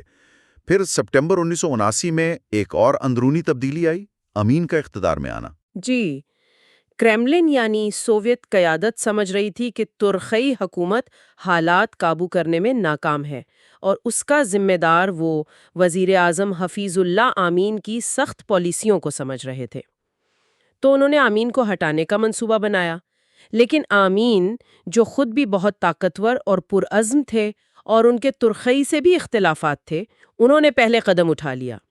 ستمبر 1979 میں صدارتی محل میں کچھ گڑبڑ ہوئی، فائرنگ ہوئی اور اس کے نتیجے میں ترکئی مارے گئے۔ آمین ملک کے نئے صدر بن گئے۔ تو اب سوویت یونین ایک ایسے لیڈر کے ساتھ پھنس گیا جسے وہ خود ہٹانا چاہتے تھے۔ یہ تو عجیب صورتحال ہو گئی۔ بالکل، بہت عجیب صورتحال تھی۔ وہ آمین کو بالکل پسند نہیں کرتے تھے۔ انہیں شک تھا کہ آمین مغرب سے رابطے بڑھا رہے ہیں، لیکن بظاہر وہ امداد جاری رکھے ہوئے تھے۔ ہتھیاروں کی بڑی کھیپیں آ رہی تھیں، مگر پس پردہ سوویت یونین نے فوجی مداخلت کی منصوبہ بندی تیز کر دی تھی۔ ایک سوویت جنرل پاولوسکی نے افغانستان کا دورہ کیا، جائزہ لیا اور نتیجہ یہ نکالا کہ پی ڈی پی اے حکومت سوویت فوج کی براہ راست مدد کے بغیر نہیں چل سکتی۔ اور پھر آخرکار دسمبر 1979 میں سوویت حملہ ہو گیا۔ جی، 27 دسمبر 1979 سوویٹ 40ویں آرمی نے دریائے آمو عبور کیا۔ منصوبہ بندی پہلے سے مکمل تھی۔ ہزاروں فوجی بہت تیزی سے ملک کے اہم شہروں، فوجی اڈوں اور شاہراہوں پر قابض ہو گئے، اور اسی دن 27 دسمبر کو ہی کابل میں ایک سوویت اسپیشل فورسز کے آپریشن میں صدر حفیظ اللہ امین پراسرار حالات میں مارے گئے۔ امین کے مارے جانے کی اصل وجہ کیا تھی؟ کیا یہ ثابت ہے کہ وہ سوویت یونین کے خلاف کوئی سازش کر رہے تھے؟ تفصیلات آج تک بری طرح واضح نہیں ہیں۔ کئی نظریات ہیں۔ کچھ کہتے ہیں سوویت کمانڈوز نے مارا، کچھ کہتے ہیں پی ڈی پی اے کی اندرونی لڑائی تھی، کچھ کا خیال ہے سوویت یونین کو شک تھا کہ وہ امریکہ سے مل رہے ہیں۔ حتمی سچائی شاید کبھی سامنے نہ آئے۔ امین کی جگہ پھر کس نے لی؟ سوویت یونین جلاوطنی سے پرچم دھڑے کے رہنما ببرک کارمل کو واپس لایا اور انہیں صدر بنا دیا گیا۔ برژنیف، جو اس وقت سوویت رہنما تھے، شاید سمجھتے تھے کہ اب افغانستان مکمل طور پر ان کے کنٹرول میں آ گیا ہے، ایک دوست حکومت قائم ہو گئی ہے، اور یہ جو خطہ تھا جسے وہ اثر و رسوخ کا قوس کہتے تھے، وہ اب محفوظ ہو گیا ہے۔ دنیا بھر سے کیا رد عمل آیا اس حملے پر؟ شدید مذمت ہوئی بین الاقوامی سطح پر، اقوام متحدہ نے قراردادیں منظور کیں، اسلامی ممالک کی تنظیم OIC نے افغانستان کی رکنیت معطل کر دی، امریکہ میں صدر کارٹر تھے، انہوں نے پابندیاں لگائیں، پاکستان کو امداد کی پیشکش کی جسے جنرل ضیاء نے پہلے تو ناکافی کہا، لیکن سوویت یونین نے انخلا کے تمام مطالبات مسترد کر دیے۔ سوویت یونین کی شروع میں فوجی حکمت عملی کیا تھی؟ وہ کیا کرنا چاہتے تھے؟ ان کا ابتدائی خیال یہ تھا کہ وہ اہم جگہوں پر قبضہ کر لیں گے، افغان فوج کو مضبوط کریں گے اور پھر افغان فوج ہی باغیوں سے نمٹے گی۔ وہ خود براہ راست لڑائی میں زیادہ ملوث نہیں ہونا چاہتے تھے، لیکن انہیں بہت جلد دو بڑی مایوسیوں کا سامنا کرنا پڑا۔ اچھا، وہ کیا تھیں؟ پہلی تو یہ کہ ان کی اپنی جو وسطی ایشیائی مسلم فوجی یونٹیں تھیں، جنہیں انہوں نے یہ سوچ کر بھیجا تھا کہ وہ مقامی لوگوں سے آسانی سے گھل مل جائیں گی، وہ الٹا مزاحمت کاروں سے ہمدردی کرنے لگیں، انہیں واپس بھیجنا پڑا۔ اور دوسری جو زیادہ بڑی مایوسی تھی وہ تھی افغان فوج کی حالت۔ حملے کے بعد فوج میں بڑے پیمانے پر فرار شروع ہو گیا، بغاوتیں ہوئیں، فوجی اپنے ہی ہم وطنوں پر گولی چلانے سے ہچکچا رہے تھے۔ 1980 تک فوج کی تعداد کم ہو کر تقریباً 1/3 رہ گئی تھی۔ تو اس کا مطلب ہے کہ سوویت فوج کو خود ہی لڑنا پڑا؟ جی ہاں، بالکل۔ 1980 کے موسم بہار سے انہوں نے بڑے پیمانے پر فوجی آپریشن شروع کیے، خاص طور پر مشرقی صوبوں میں اور شہروں کے آس پاس۔ انہوں نے اپنی زبردست فضائی طاقت کا استعمال کیا، خاص طور پر وہ Mi-24 ہیلی کاپٹرز جنہیں فلائنگ ٹینک بھی کہا جاتا تھا۔ لیکن پہاڑی علاقہ گوریلا جنگ کے لیے بہت مشکل ثابت ہوا۔ مزاحمت کار، جنہیں اب عام طور پر مجاہدین کہا جانے لگا تھا، وہ علاقے کا فائدہ اٹھاتے ہوئے مسلسل حملے کرتے رہے۔ یہ مجاہدین کون تھے؟ کیا یہ کوئی ایک متحد گروپ تھا؟ نہیں، بالکل نہیں۔ مجاہدین کی اصطلاح تو عام ہو گئی تھی، لیکن وہ درجنوں چھوٹے بڑے گروپوں میں بٹے ہوئے تھے۔ ان میں 7 بڑے گروپ تھے جو زیادہ تر پشاور پاکستان میں مقیم تھے، انہیں پشاور 7 کہا جاتا تھا۔ ان 7 گروپوں میں بھی شدید نظریاتی اختلافات تھے۔ کچھ بنیاد پرست تھے، جیسے گلبدین حکمت یار کی حزب اسلامی یا برہان الدین ربانی کی جمعیت اسلامی، اور کچھ روایت پسند تھے، جیسے پیر سید احمد گیلانی کا محاذ ملی یا صبغت اللہ مجددی کی جبہ نجات ملی۔ ان میں آپس میں بھی شدید اختلافات تھے، کوئی مشترکہ حکمت عملی نہیں تھی، اتحاد کا فقدان تھا، اور یہ ان کی ایک بڑی کمزوری تھی۔ انہیں ہتھیار کہاں سے مل رہے تھے؟ شروع میں تو زیادہ تر وہ ہتھیار تھے جو افغان فوج سے بھاگنے والے فوجی ساتھ لائے تھے یا جو قبضے میں آئے تھے۔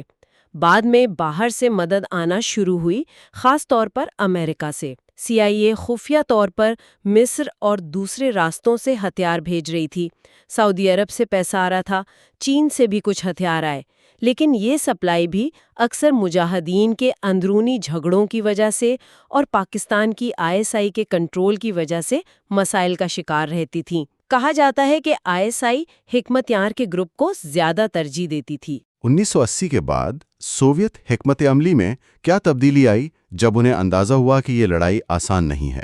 جب انہیں لگا کہ روایتی فوجی آپریشن سے مزاحمت ختم نہیں ہو رہی، تو انہوں نے کچھ زیادہ سخت، آپ کہہ سکتے ہیں سفاکانہ طریقے اپنائے۔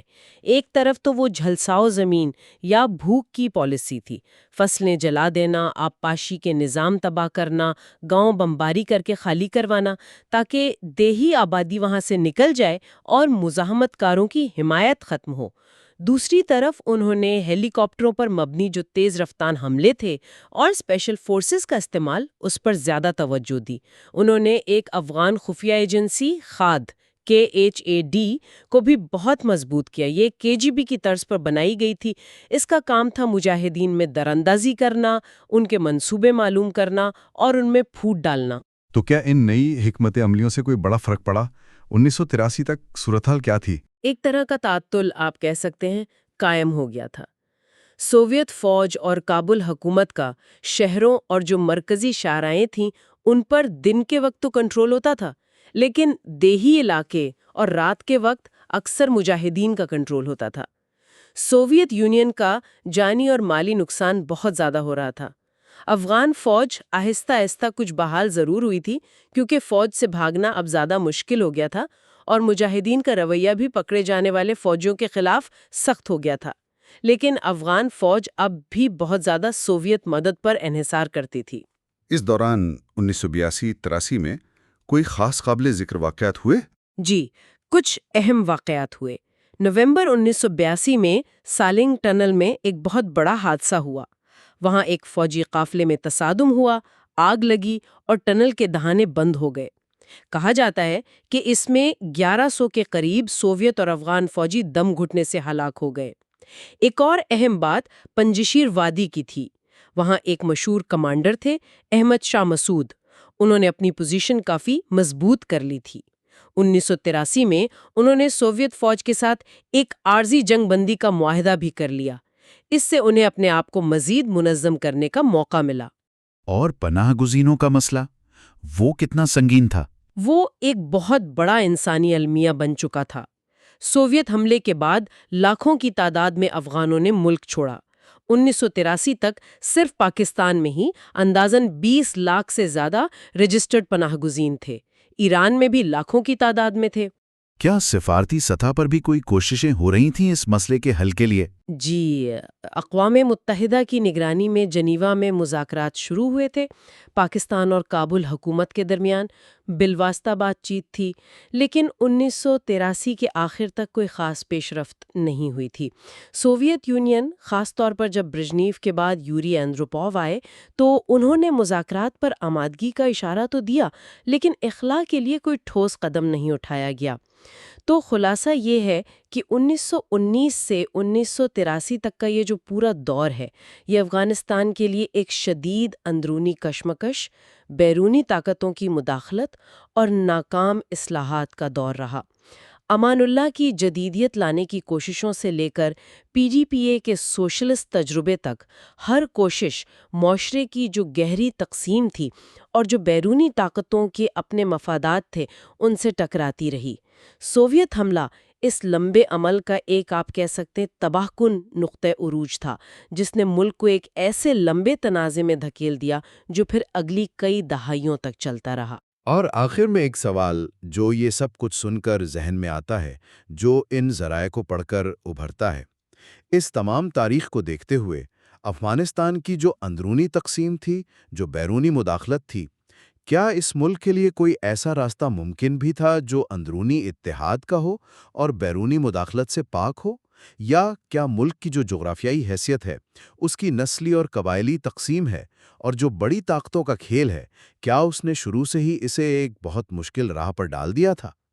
یہ سوال آج بھی میرے خیال میں بہت متعلقہ ہے۔ آج ہم افغانستان کی تاریخ کے ایک کافی اہم اور پیچیدہ دور کا جائزہ لے رہی ہیں، خاص طور پر 1984 سے 1987 کے سال۔ انہیں دی لانگ ہال یعنی طویل مرحلہ بھی کہا گیا ہے۔ جی، اور ہمارے پاس اس موضوع پر the long haul of the Afghan wars 1984-1987 کے کچھ اقتباسات ہیں۔ بالکل، یہ وہ وقت تھا جب جنگ یوں لگتا تھا کہ بس ایک نہ ختم ہونے والے تعطل کا شکار ہے۔ ہاں، اور تمام بڑے کھلاڑی مطلب سوویت یونین، کابل حکومت، مجاہدین، امریکہ، پاکستان، چین، وہ سب ایک لمبی لڑائی کے لیے جیسے تیار ہو چکے تھے۔ اور شاید ہر ایک کو یہی لگتا تھا کہ وقت ان کے ساتھ ہے۔ بالکل، اور آج ہماری کوشش یہی ہے کہ ان ذرائع کی روشنی میں اس دور کی گتھیوں کو تھوڑا سلجھائیں۔ ہم دیکھیں گے کہ سوویت حکمت عملی کیسے بدلی، افغانستان کی اندرونی سیاست میں کیا چل رہا تھا۔ جی، اور بیرونی طاقتوں، خاص کر امریکہ، پاکستان، چین کا کردار اور زمین پر جنگ کی نوعیت کیسے بدل رہی تھی، یہ سب سمجھنے کی کوشش کریں گے۔ مقصد صرف واقعات بتانا نہیں، بلکہ اہم نکات اور شاید کچھ حیران کن پہلو بھی سامنے لانا ہے۔ ٹھیک، تو آئیے 1984-85 سے شروع کرتے ہیں۔ سوویت یونین میں قیادت کی تبدیلیوں کا دور تھا یہ۔ ہاں، اندروپوف گئے، پھر چرنینکو کا مختصر دور، اور پھر مارچ 1985 میں گورباچوف آ گئے۔ جی، تو اس کا افغانستان پالیسی پر کیا فوری اثر ہوا؟ دلچسپ بات یہ ہے کہ فوری طور پر کوئی بہت بڑا اثر نظر نہیں آتا۔ اچھا۔ ہاں، گورباچوف کی شروع میں توجہ زیادہ اندرونی اصلاحات پر تھیں، گلاسونوسٹ اور پیرسٹروئک کا جسے کہتے ہیں۔ تو افغانستان پالیسی ایک طرح سے پس منظر میں چلی گئی۔ کچھ ایسا ہی، مطلب ایک طرح کا جمود رہا، حالانکہ پس پردہ بے چینی ضرور بڑھ رہی تھی۔ عوام تک جنگ کی صحیح خبریں نہیں پہنچ رہی تھیں، فوجیوں کے مورال کی افواہیں۔ اور یہ بھی کہ نوجوان فوجی بھرتی سے کترا رہے تھے۔ اور کیا یہ سچ ہے کہ اسی دور میں پہلی بار سوویت میڈیا نے ہلاکتوں کو مانا تھا؟ جی ہاں، یہ ایک اہم بات تھی۔ دسمبر 1984 میں ازویسٹیا اخبار نے پہلی بار تسلیم کیا کہ افغانستان میں سنگین ہلاکتیں اور نقصانات ہو رہے ہیں۔ یہ تو سوویت عوام کے لیے ایک بڑا جھٹکا ہوگا۔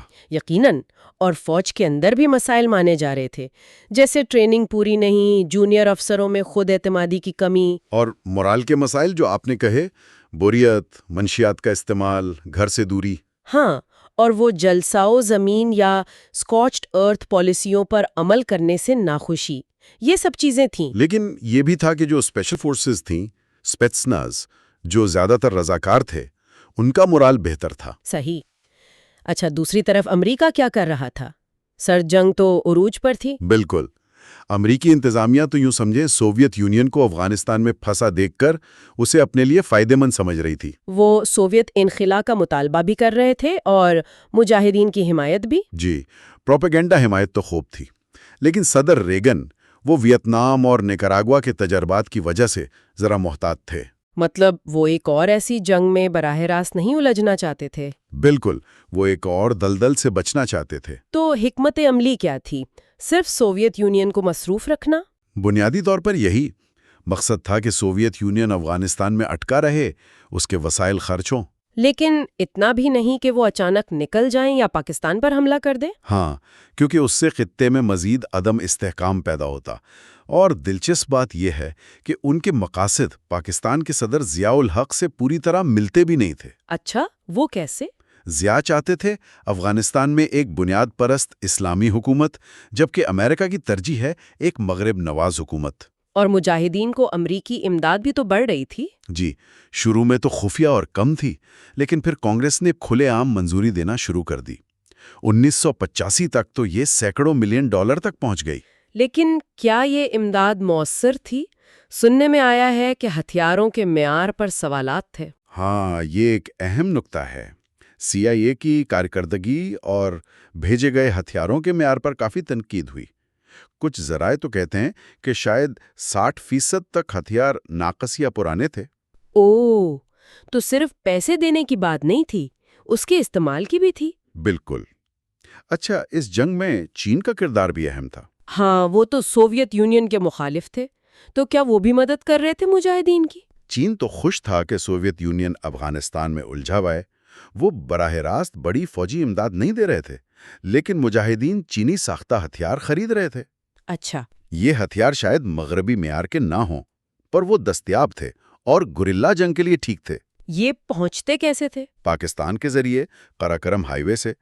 سوویت یونین نے چین پر الزام بھی لگایا کہ وہ سنکیانگ میں مجاہدین کو ٹریننگ دے رہا ہے، لیکن چین نے تردید کی۔ اور چین کا پاکستان سے تعلق؟ وہ بھارت کے خلاف مشترکہ مفاد پر مبنی تھا، اور جب مغرب نے پاکستان پر پابندیاں لگائیں تو چین ہتھیاروں کا ایک اہم ذریعہ بن گیا۔ اب ذرا کابل کی صورتحال دیکھتے ہیں۔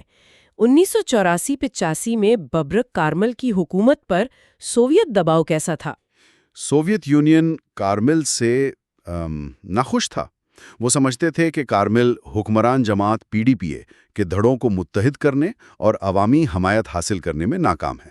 ان پر دباؤ تھا کہ وہ انقلاب کی رفتار کم کریں، مفاہمت کی کوشش کریں۔ جی، حکومت نے کنٹرول سخت کرنے کے لیے نئے شناختی کارڈ، نقل و حرکت پر پابندیاں، یہ سب اقدامات کیے۔ اور انہوں نے لویا جرگا یعنی وہ قبائلی اجلاس کو بھی استعمال کرنے کی کوشش کی۔ ہاں، اپریل اور ستمبر 1985 میں لویا جرگے بلائے گئے تاکہ حکومتی پالیسیوں کو عوامی حمایت ملتی نظر آئے۔ ان جرگوں نے کیا کیا؟ انہوں نے سوویت موجودگی جاری رکھنے اور مجاہدین سے ہتھیار ڈالنے کا مطالبہ کیا۔ یہ ایک طرح سے قبائلی سرداروں کی وفاداری خریدنے کی بھی کوشش تھی۔ لیکن کیا اس سے کابل میں استحکام آیا؟ نہیں، بالکل نہیں۔ کابل غیر مستحکم ہی رہا۔ کارمل کے خلاف سازشیں، سیاسی قتل، شہر میں بم دھماکے، یہ سب معمول تھا۔ خاص طور پر کابل ایئرپورٹ پر حملے ہوئے۔ بالکل، پاکستان کو امریکی امداد مل رہی تھی، خاص طور پر فوج کو جدید بنانے کے لیے، لیکن اس کی قیمت بھی تھی۔ صدر ضیاء نے مجاہدین کو ملنے والی امداد کا کنٹرول ISI کے ذریعے اپنے پاس رکھا تھا؟ جی، اور اس پہ شبہات بھی تھے کہ کچھ ہتھیار پاکستانی فوج کے لیے رکھ لیے جاتے ہیں۔ ضیاء کو یہ فکر بھی تھی کہ مجاہدین کو بہت زیادہ جدید ہتھیار دینے سے کہیں وہ کابل سے سمجھوتا نہ کر لیں۔ یا سوویت یونین پاکستان کے خلاف مزید جارحانہ نہ ہو جائے؟ بالکل۔ اور وہ 30 لاکھ سے زائد افغان مہاجرین، یہ تو بہت بڑا مسئلہ رہا ہوگا۔ یقیناً یہ اس وقت دنیا میں مہاجرین کی سب سے بڑی تعداد تھی۔ مقامی آبادی پر دباؤ، وسائل پر بوجھ اور خود مجاہدین گروپوں میں بھی آپسی لڑائیاں تھیں۔ کس بات پر؟ امداد، اسلحہ، اثر و رسوخ؟ جی، ان سب چیزوں پر۔ اور اطلاعات یہ بھی تھیں کہ کابل کی خفیہ ایجنسی کھید یعنی خاد ان اختلافات کو ہوا دے رہی تھی اور مہاجرین رہنماؤں کو قتل کروا رہی تھی۔ پشاور کے قریب وہ جیل والا واقعہ بھی تو اسی دوران ہوا تھا۔ ہاں، اپریل 1985 میں سوویت اور افغان قیدیوں کی بغاوت اور پھر ان سب کی ہلاکت، یہ اسی کشیدہ ماحول کو ظاہر کرتا ہے۔ اچھا، خود مجاہدین کی اندرونی صورتحال کیا تھی؟ کیا وہ متحد تھے؟ یہ ایک بڑا تضاد تھا۔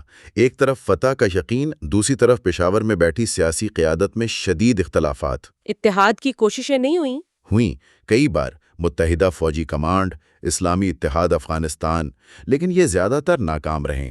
ایران کے حمایت یافتہ شیعہ گروپوں نے صورتحال کو اور بھی پیچیدہ بنا دیا۔ اور میدان میں لڑنے والے؟ وہ اکثر چھوٹے چھوٹے 30-40 لوگوں کے گروپوں میں گوریلا کارروائیاں کر رہے تھے۔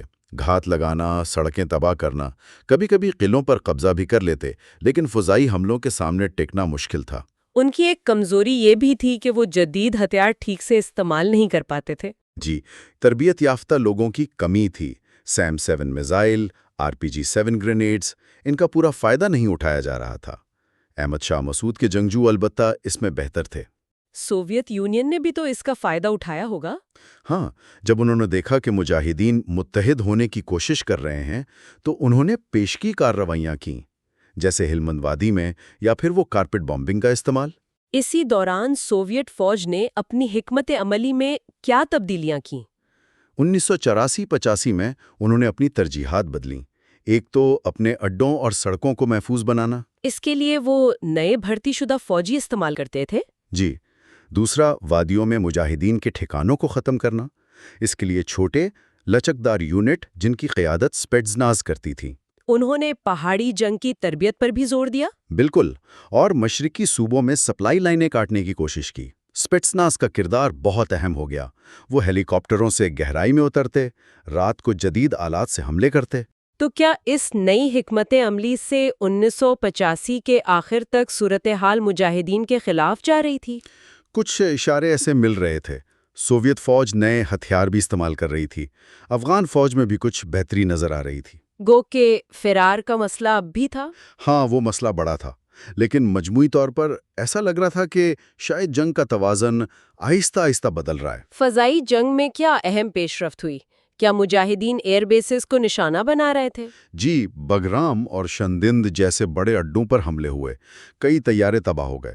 شبہ تھا کہ افغان فضائیہ کے اندر سے مدد ملی۔ اس کے بعد سوویت نے اپنے بمبار طیارے شمال میں منتقل کر دیے۔ جی، اور جو بہتر سیم 7 میزائل آئے، ان کی وجہ سے سوویت اور افغان طیاروں کو زیادہ اونچا اڑانا پڑتا تھا، جس سے بمباری کم مؤثر ہو گئی۔ لیکن وہ کارپٹ بمبنگ زیادہ کرنے لگے۔ ہاں، ٹیک آف اور لینڈنگ کے وقت وہ اب بھی کمزور تھے۔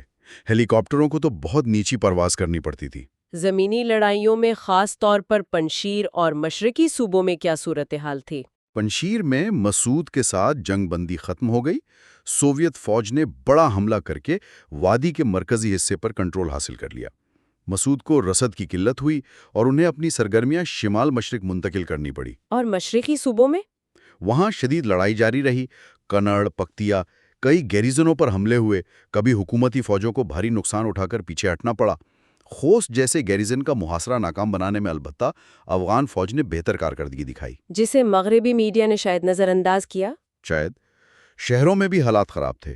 کابل، قندھار، ہرات، مسلسل حملے، عدم استحکام۔ 1986 میں ایک بڑی سیاسی تبدیلی آئی۔ سوویت یونین نے بابر کارمل کی جگہ ڈاکٹر نجیب اللہ کو لانے کا فیصلہ کیا۔ کیوں؟ سوویت قیادت کارمل سے مایوس تھی۔ وہ نہ تو PDPA کے دھڑوں کو متحد کر پائے تھے، نہ عوامی حمایت حاصل کر سکے۔ تو نجیب اللہ کو لایا گیا۔ وہ کھیچ کے سابق سربراہ تھے۔ جے پرچم دڑے سے تھے، پشتون اور KHD کے سربراہ رہ چکے تھے، اپنی سختی کے لیے مشہور تھے، لیکن قبائلی معاملات میں زیادہ کامیاب سمجھے جاتے تھے۔ یہ تبدیلی کیسے ہوئی؟ مئی 1986 میں کابل میں سوویت فوجی طاقت کے مظاہرے کے دوران نجیب اللہ PDPA کے جنرل سیکرٹری بنے اور نومبر میں کارمل کو باضابطہ طور پر خرابی صحت کی بنا پر ہٹا دیا گیا۔ کیا اسی دوران سفارتی سطح پر بھی کچھ ہوا؟ جنیوا میں مذاکرات تو چل رہے تھے، لیکن سوویت انخلا کے ٹائم ٹیبل پر بات اٹکی ہوئی تھی۔ گورباچوف نے وہ ولادیوستوک تقریر بھی تو کی تھی۔ ہاں، جون 1986 میں، اور افغانستان سے 6 ریجیمنٹوں کے علامتی انخلا کا اعلان کیا۔ ایک اشارہ تھا شاید، لیکن امریکہ نے اسے محض دکھاوا کہا۔ اندرونی طور پر سوویت یونین کو کیا چیلنجز درپیش تھے؟ ایک اہم مسئلہ مسلم فوجیوں کا تھا۔ جولائی 1986 میں سوویت فوجی اخبار نے شکایت کی کہ وسطی ایشیائی ریاستوں کے رہنما اپنے نوجوانوں کو افغانستان بھیجنے سے روک رہے ہیں۔ گلاسنوس کی وجہ سے یہ باتیں اب کھل کر سامنے آ رہی تھیں۔ جی، کندوز میں مسلم فوجیوں کی بغاوت کی غیر مصدقہ اطلاعات بھی تھی۔ یہ ظاہر کرتا تھا کہ جنگ اندرونی طور پر بھی دباؤ ڈال رہی تھی۔ تو کیا 1986 میں واقعی پانسا پلٹ رہا تھا؟ کیا حالات مجاہدین کے خلاف جا رہے تھے؟ کچھ عوامل تھے۔ سوویت فوج کی وہ آبادی کو ہٹانے کی پالیسی، مقامی کمانڈروں سے جنگ بندی کے معاہدے، حکومت کے بنائے ہوئے قبائلی ملیشیا کا سپلائی لائنوں میں خلل ڈالنا۔ راستوں میں ڈاکوؤں کا خطرہ بھی بڑھ گیا تھا۔ ہاں، یہ سب مجاہدین کے لیے مشکلات پیدا کر رہے تھے۔ فضائی جنگ میں بھی تبدیلی تھی۔ مجاہدین کو برطانوی بلو پائپ میزائل ملے۔ لیکن سوویت جوابی اقدامات نے ان کی تاثیر کم کر دی۔ جی، فلیئرز، جیمنگ وغیرہ۔ سوویت نگرانی بھی بہتر ہو گئی تھی، سیٹلائٹ، نائٹ ویژن کے استعمال سے۔ اسپیٹسنیز کے رات کے حملے زیادہ کامیاب ہو رہے تھے۔ اور پھر آیا 1987، جسے اسٹنگر کا سال کہا جاتا ہے۔ ان امریکی میزائلوں نے کیا فرق ڈالا؟ یہ تو ایک حقیقی گیم چینجر تھا۔ سینکڑوں اسٹنگر میزائل پاکستان پہنچے اور پھر مجاہدین تک۔ یہ اتنے مؤثر کیوں تھے؟ یہ کندھے سے فائر ہوتے تھے، انفراریڈ گائیڈڈ تھے، اور سوویت افغان ہیلی کاپٹروں اور نچلی پرواز والے طیاروں کے لیے انتہائی مہلک تھے۔ تو سوویت فضائی برتری ختم ہو گئی؟ تقریباً۔ انہیں یا تو بہت اونچائی سے بمباری کرنی پڑتی، جو کم مؤثر تھی، یا پھر زمینی قافلوں پر انحصار کرنا پڑتا، جو زیادہ خطرناک تھا۔ مجاہدین کو دن میں نقل و حرکت کی زیادہ آزادی مل گئی۔ بالکل۔ لیکن کیا ان اسٹنگر میزائلوں کے منفی پہلو بھی تھے؟ جی ہاں، کئی تھے۔ ایک تو ان سے سویلین طیاروں کو بھی نشانہ بنایا گیا، جس میں 100 سے زیادہ شہری ہلاک ہوئے۔ دوسرا، امریکہ کو فکر ہوئی کہ یہ غلط ہاتھوں میں نہ چلے جائیں، خاص طور پر ایران۔ اطلاعات تھیں کہ یونس خالص کے گروپ نے کچھ میزائل ایران کو بیچے بھی، جس کے بعد CIA نے انہیں سپلائی روک دی۔ جی۔ اور تیسرا، اور یہ بہت اہم ہے، اسٹنگر نے مجاہدین کے اندرونی اتحاد کو بہتر بنانے کے بجائے مزید بگاڑ دیا۔ وہ کیسے؟ جن گروپوں کو یہ ملے اور جنہیں نہیں ملے، ان میں تقسیم اور لڑائیاں بڑھ گئیں۔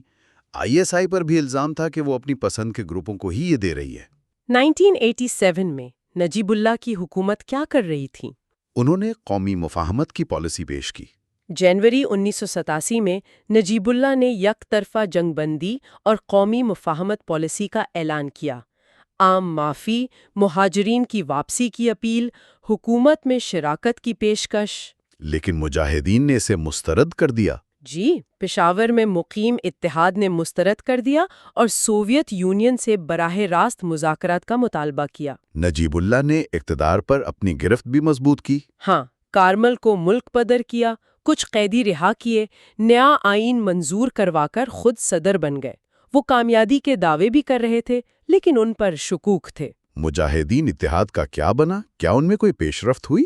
نجیب اللہ کی پیشکشوں سے انہیں تشویش تو ہوئی کہ کہیں میدانی کمانڈر متاثر نہ ہو جائیں۔ اتحاد کی نئی کوششیں ہوئیں، لیکن اختلافات برقرار رہے۔ گانا مقصد تھا سوویت انخلا کے بعد افغانستان میں اپنا اثر و رسوخ بڑھانا۔ اس کے جواب میں سنی گروپوں نے بھی اپنا اتحاد بنایا۔ ہاں، شورائے عالی جہاد اسماعیل خان کی قیادت میں۔ اس سے اندرونی تقسیم اور گہری ہو گئی۔ سرحد پار سرگرمیاں بھی جاری رہیں۔ جی، 1987 میں حکمت یار کے جنگجوؤں نے سوویت یونین کے اندر تاجکستان میں حملے کیے۔ محدود تھے، لیکن سوویت رد عمل شدید تھا۔ پاکستان افغانستان سرحد پر بھی کشیدگی تھی؟ بہت زیادہ. ایک دوسرے کے طیارے گرائے گئے، سرحدی علاقوں میں بمباری ہوئی. 1987 کے آخر میں خوست کی جنگ ایک اہم معرکہ تھا. اس کی کیا اہمیت تھی؟ خوست شہر کافی عرصے سے مجاہدین کے محاصرے میں تھا. نومبر 1987 میں مجاہدین نے شاید اسٹنگر کی کامیابی سے حوصلہ پا کر سردیوں میں بڑا حملہ کیا اور شہر کی سپلائی لائن کاٹ دی. مقصد کیا تھا؟ شہر پر قبضہ؟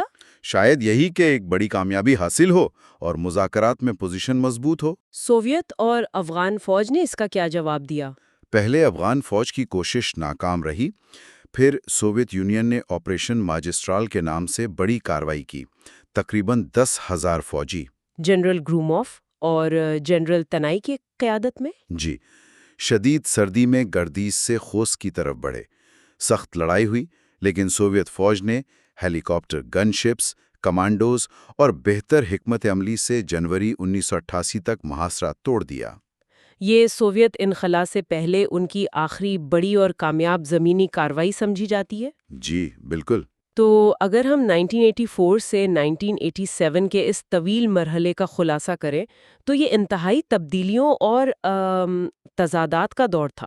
ہاں، سوویت یونین میں گورباچوف کی آمد، پالیسی میں تبدیلی کے اشارے، اسٹنگر میزائل کا جنگ پر ڈرامائی اثر، نجیب اللہ کا کابل میں اقتدار سنبھالنا، مفاہمت کی کوششیں.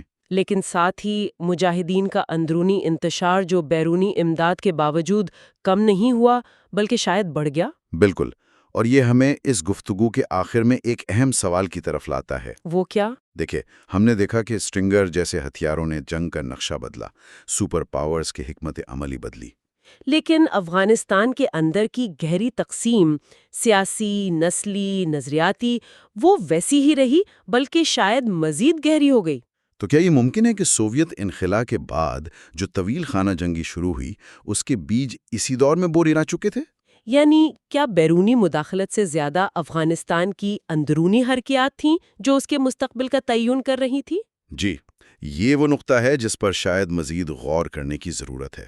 آج ہم 1988 سے 1992 کے افغانستان پر بات کر رہے ہیں. یہ وہ دور تھا جب تاریخ بہت تیزی سے بدل رہی تھی. جی بالکل. سوویت یونین اپنی فوجیں نکالنے کا سوچ رہا تھا بلکہ باتیں عروج پر تھیں. ہاں، سب کو لگ رہا تھا کہ یہ ہوگا تو ضرور، لیکن کب ہوگا، کیسے ہوگا، کن شرائط پر ہوگا، یہ سب غیر یقینی تھا. اور میخائیل گورباچوف تو افغانستان کو بہتا ہوا زخم قرار دے چکے تھے جس کا الزام وہ ظاہر ہے برژنیف کی قیادت پر ڈالتے تھے. تو آج کے اس تفصیلی جائزے کے لیے ہم ایڈگر او بیلینس کی کتاب افغان وارز 1839-1992 کے اقتباسات کو بنیاد بنا رہے ہیں. جی ہاں، اور ہمارا مقصد صرف واقعات گنوانا نہیں بلکہ یہ سمجھنا ہے کہ سوویت انخلا کے پیچھے کیا عوامل تھے، کیا سفارتی چالیں چل رہی تھیں، اور افغانستان کے اندر جو مختلف دھڑے تھے ان کا کیا کردار تھا. اور پھر جیسے ہی سوویت نکلے، وہ جو خانہ جنگی شروع ہوئی اس کی وجوہات کیا تھیں. بالکل، کیونکہ صورتحال بہت پیچیدہ تھی. ایک طرف گورباچوف تھے جو جلد از جلد اس جنگ سے نکلنا چاہتے تھے. دوسری طرف کابل میں نجیب اللہ کی حکومت جو اپنی بقا کے لیے ظاہر ہے وقت مانگ رہی تھی. اور پھر مجاہدین تھے جنہیں اپنی حتمی فتح کا پورا یقین تھا. اور اس سب کے بیچ امریکہ، پاکستان، ایران، خود سوویت یونین، ہر ایک کے اپنے مفادات، اپنے خدشات.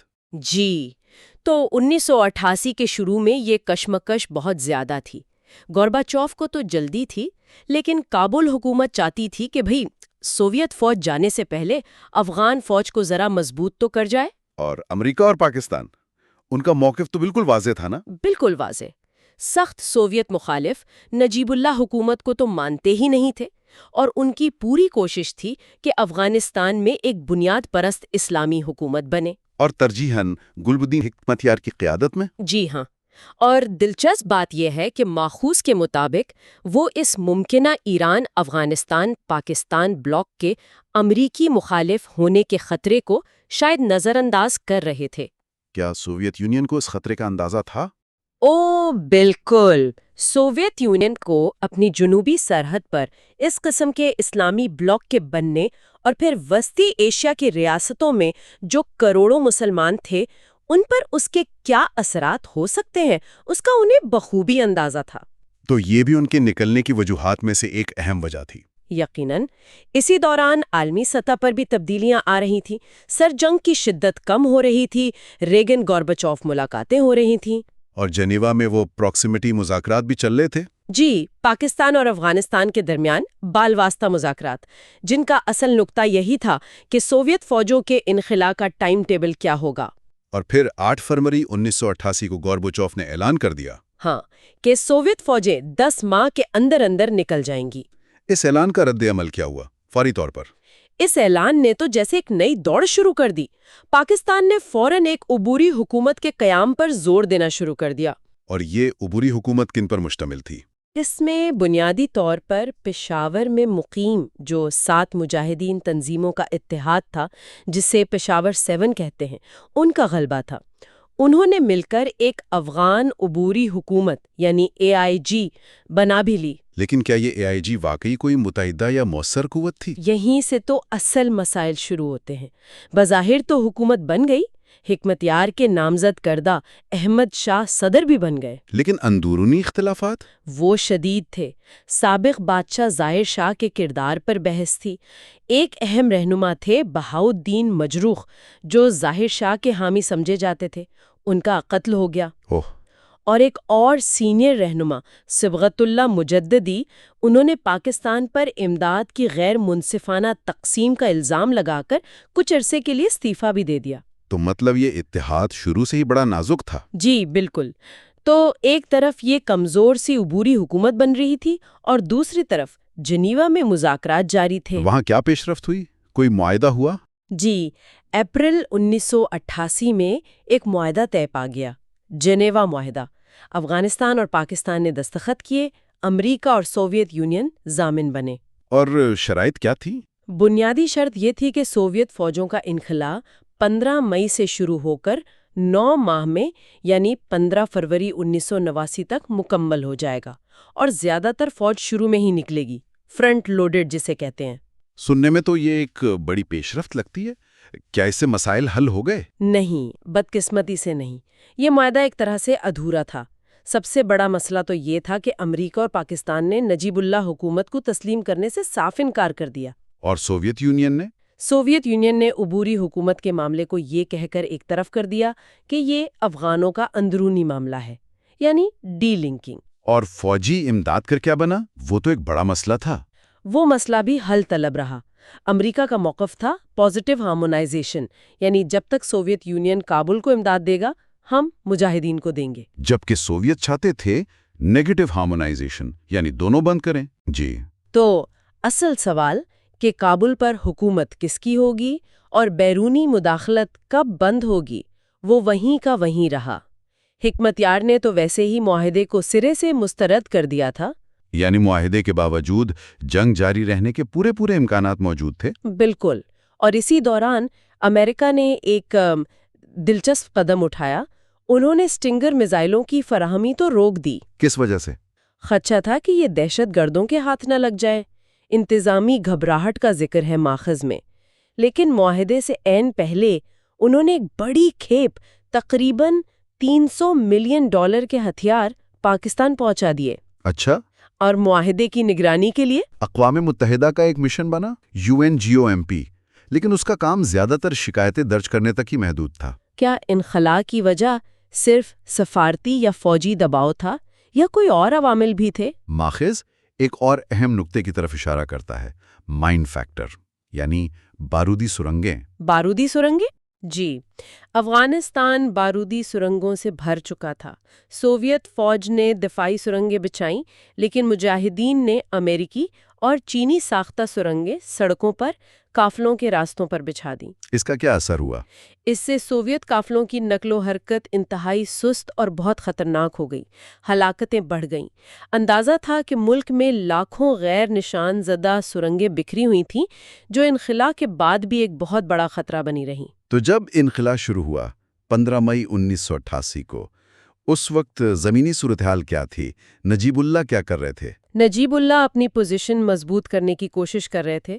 نیا آئین نافذ کیا، انتخابات کروائے جن میں ظاہر ہے ان کی PDPA پارٹی ہی جیتی، قومی مفاہمت کی پالیسی بھی جاری رکھی۔ اور سوویت یونین نے پہلی بار اپنی ہلاکتوں کا اعتراف بھی کیا۔ جی، اپریل 1988 میں سرکاری اعداد و شمار جاری کیے، تقریباً 13,310 فوجی ہلاک، جو مغربی اندازوں سے تو کم تھے مگر پھر بھی بہت بڑی تعداد تھی۔ اور افغانوں کا نقصان تو اس سے کہیں زیادہ تھا۔ بے تحاشا 10 لاکھ سے زیادہ ہلاکتیں اور 50 لاکھ سے زیادہ مہاجرین کا تخمینہ تھا۔ تو پہلا دستہ جلال آباد سے نکلا، شہر افغان فوج کے حوالے کر دیا گیا۔ مجاہدین کا کیا رد عمل تھا؟ رد عمل ملا جلا تھا۔ کچھ کمانڈر جیسے احمد شاہ مسعود وہ کافی حقیقت پسند تھے۔ پنشیر والے مسعود؟ جی، انہوں نے پنشیر سے نکلتے ہوئے سوویتوں سے ایک طرح کی جنگ بندی کر لی تاکہ مزید تباہی نہ ہو۔ مسعود اپنی منظم حکمت عملی اور کمیونیکیشن کی وجہ سے ایک اہم قوت بن رہے تھے۔ اور دوسرے گروپ؟ کچھ گروپ نکلتے قافلوں پر حملے کر رہے تھے اسلحہ چھیننے کے لیے، کچھ بدلہ لینا چاہتے تھے، لیکن عام طور پر اتفاق یہ تھا کہ اصل نشانہ افغان فوج کو بنایا جائے، سوویتوں کو نسبتاً محفوظ راستہ دیا جائے۔ کیا اس دوران لڑائی میں کوئی اہم واقعات ہوئے، کوئی بڑی تبدیلیاں؟ جی ہاں، چند واقعات بہت اہم تھے۔ اگست 1988 میں کالا گئی میں سوویت یونین کا ایک بہت بڑا اسلحہ ڈپو تھا۔ ہاں، آپ نے ذکر کیا تھا۔ اس پر مجاہدین کا راکٹ حملہ کامیاب رہا، زبردست تباہی ہوئی، سوویت لاجسٹکس کو بہت بڑا دھچکا لگا۔ اور قندوز کا واقعہ؟ جی، اسی مہینے یعنی اگست 1988 میں مجاہدین نے قندوز شہر پر قبضہ کر لیا، لیکن وہاں انہوں نے لوٹ مار شروع کر دی جس سے وہ عوام کی حمایت کھو بیٹھے۔ اچھا۔ پھر سوویت اور افغان فوج نے مل کر جوابی کارروائی کی اور شہر واپس لے لیا۔ اس قندوز کے واقعے نے ایک طرف افغان فوج کا حوصلہ بڑھایا تو دوسری طرف مجاہدین کے خلاف نفرت بھی پیدا کی۔ اور نجیب اللہ نے اس موقع سے فائدہ اٹھایا؟ جی، انہوں نے فوج کی کمانڈ میں تبدیلیاں کی، جنرل شاہ نواز تنائی کو وزیر دفاع بنایا۔ یہ تنائی بعد میں ایک بہت اہم کردار ادا کریں گے۔ اور پھر نومبر 1988 میں اچانک سوویت انخلا رک گیا۔ ہاں، مجاہدین کے حملے بہت بڑھ گئے تھے تو سوویت یونین نے انخلا روک دیا، اور نہ صرف روکا بلکہ افغانستان میں جدید لڑاکا طیارے MiG-27 اور اسکڈ بیلسٹک میزائل بھی تعینات کر دیے۔ اسکڈ میزائل، یہ تو بڑی بات تھی۔ جی، یہ ایک طرح سے نفسیاتی جنگ بھی تھی، مجاہدین کو پیغام دینا کہ ہم آسانی سے نہیں جا رہے، اور شاید وہ 1842 میں جو برطانوی فوج کے ساتھ تباہی ہوئی تھی اس سے بھی بچنا چاہتے تھے۔ اسی دوران پاکستان میں بھی ایک بڑا واقعہ ہوا۔ جی ہاں، اگست میں صدر ضیاء الحق کی ایک فضائی حادثے میں ہلاکت۔ یہ ایک بہت بڑا واقعہ تھا، اس سے حکمتیار اپنے سب سے بڑے حمایتی سے محروم ہو گئے، اور پھر دسمبر میں بے نظیر بھٹو کی حکومت آ گئی۔ تو یہ صورتحال تو مزید بگڑ رہی تھی۔ سفارتکاری کا کیا بنا؟ سوویت یونین نے ایک بہت تجربے کار سفارتکار یولی وورنسوف کو کابل میں سفیر بنا کر بھیجا۔ ان کا بنیادی کام تھا محفوظ انخلا کو یقینی بنانا۔ انہوں نے کیا مختلف کیا؟ وورنسوف نے ایک نئی چیز شروع کی، انہوں نے براہ راست مجاہدین رہنماؤں سے بات چیت شروع کی، خاص طور پر لاپتہ سوویت فوجیوں کی واپسی اور محفوظ راستے کے لیے۔ کہا جاتا ہے کہ ان مذاکرات میں اسکڈ میزائلوں کے خوف نے بھی اپنا کردار ادا کیا۔ اور گورباچوف نے اقوام متحدہ میں بھی کچھ تجاویز دیں؟ جی، دسمبر میں وسیع البنیاد حکومت امداد بند کرنے کی تجویز، اقوام متحدہ کی امن فوج، لیکن مجاہدین نے ان تجاویز کو مسترد کر دیا۔ تو پھر 1989 کا آغاز ہوا، حتمی اخلاء کا مرحلہ۔ جی، جنوری 1989 میں سوویت فوجوں نے دوبارہ نکلنا شروع کیا۔ اب وہ تیزی سے جا رہے تھے، لیکن جاتے جاتے انہوں نے افغان فوج کو بے تحاشا اسلحہ اور ساز و سامان دیا، ایک اندازے کے مطابق $1 ارب سے زیادہ کا۔ اور مجاہدین کی کیا صورتحال تھی؟ ان کو ہتھیاروں کی کمی محسوس ہو رہی تھی، خاص طور پر سٹنگر میزائلوں کی سپلائی بند ہونے سے سوویت فضائی برتری ایک طرح سے بحال ہو گئی تھی۔ کابل کا کیا حال تھا؟ کابل کا محاصرہ سخت تھا، شہر میں خوراک کی شدید قلت تھی، سوویت طیارے ایئر برج کے ذریعے سامان پہنچا رہے تھے اور شہر پر راکٹ حملے بھی جاری تھے۔ اور شمالی راستے کو کھلا رکھنے کے لیے وہاں سوویت بمبار طیارے شدید بمباری کر رہے تھے، خاص طور پر سالنگ ٹنل کے علاقے میں، جسے کارپٹ بمبن بھی کہا گیا۔ اسکڈ میزائل بھی استعمال ہوئے۔ اور پھر وہ دن آ گیا